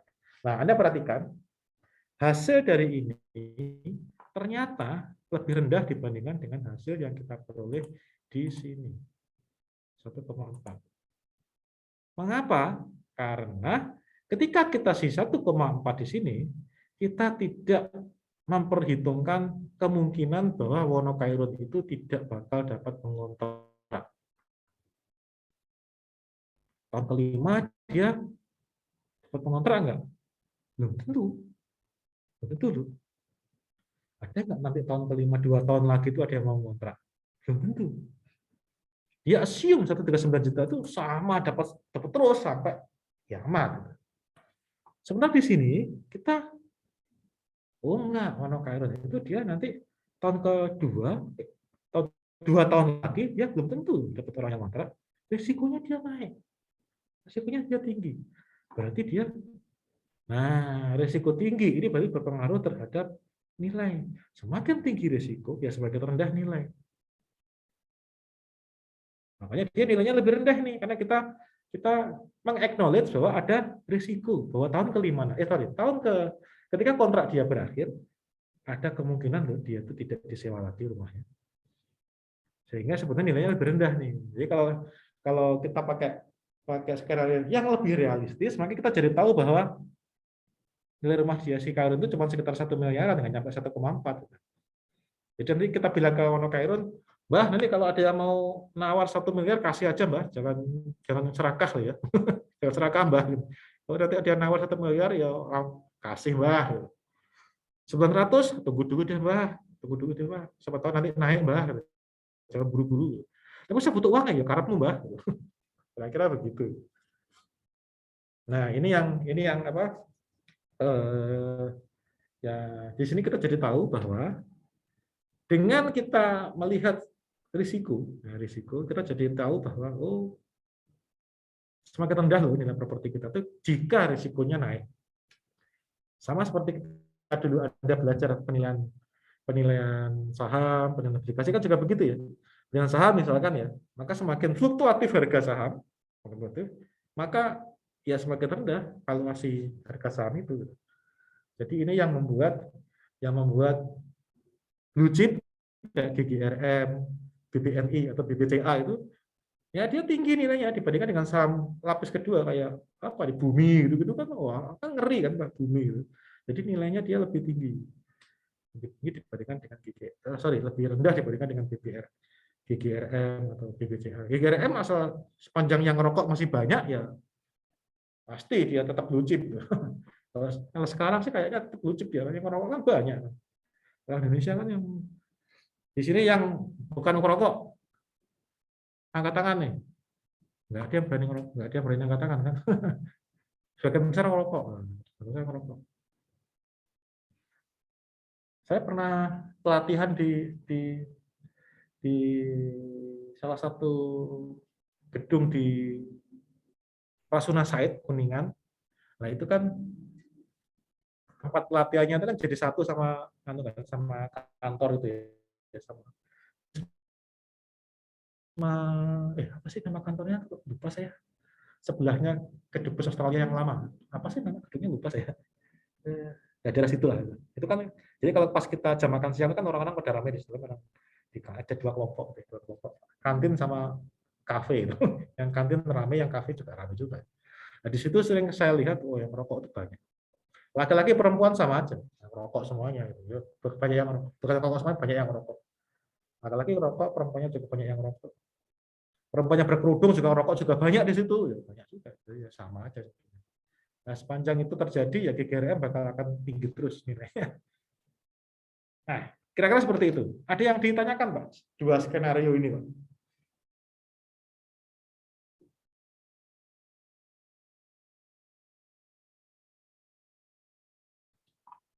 YP ini singkatan dari Yes Purchase ya. Ya, ini sebenarnya sama saja. Nah, anuitas juga. Anuitas beda aja. Beda nama aja. Saya pilih kata YP karena lebih singkat supaya nggak kelam, supaya nggak terlalu panjang. Jadi YP ya anuitas sebetulnya.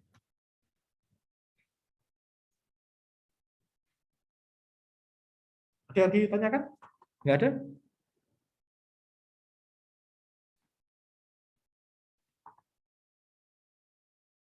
Kalau tidak ada, kita coba latihan sebentar. Ini saya akan kembali ke stop share ya. Saya akan kembali ke PowerPoint sebentar.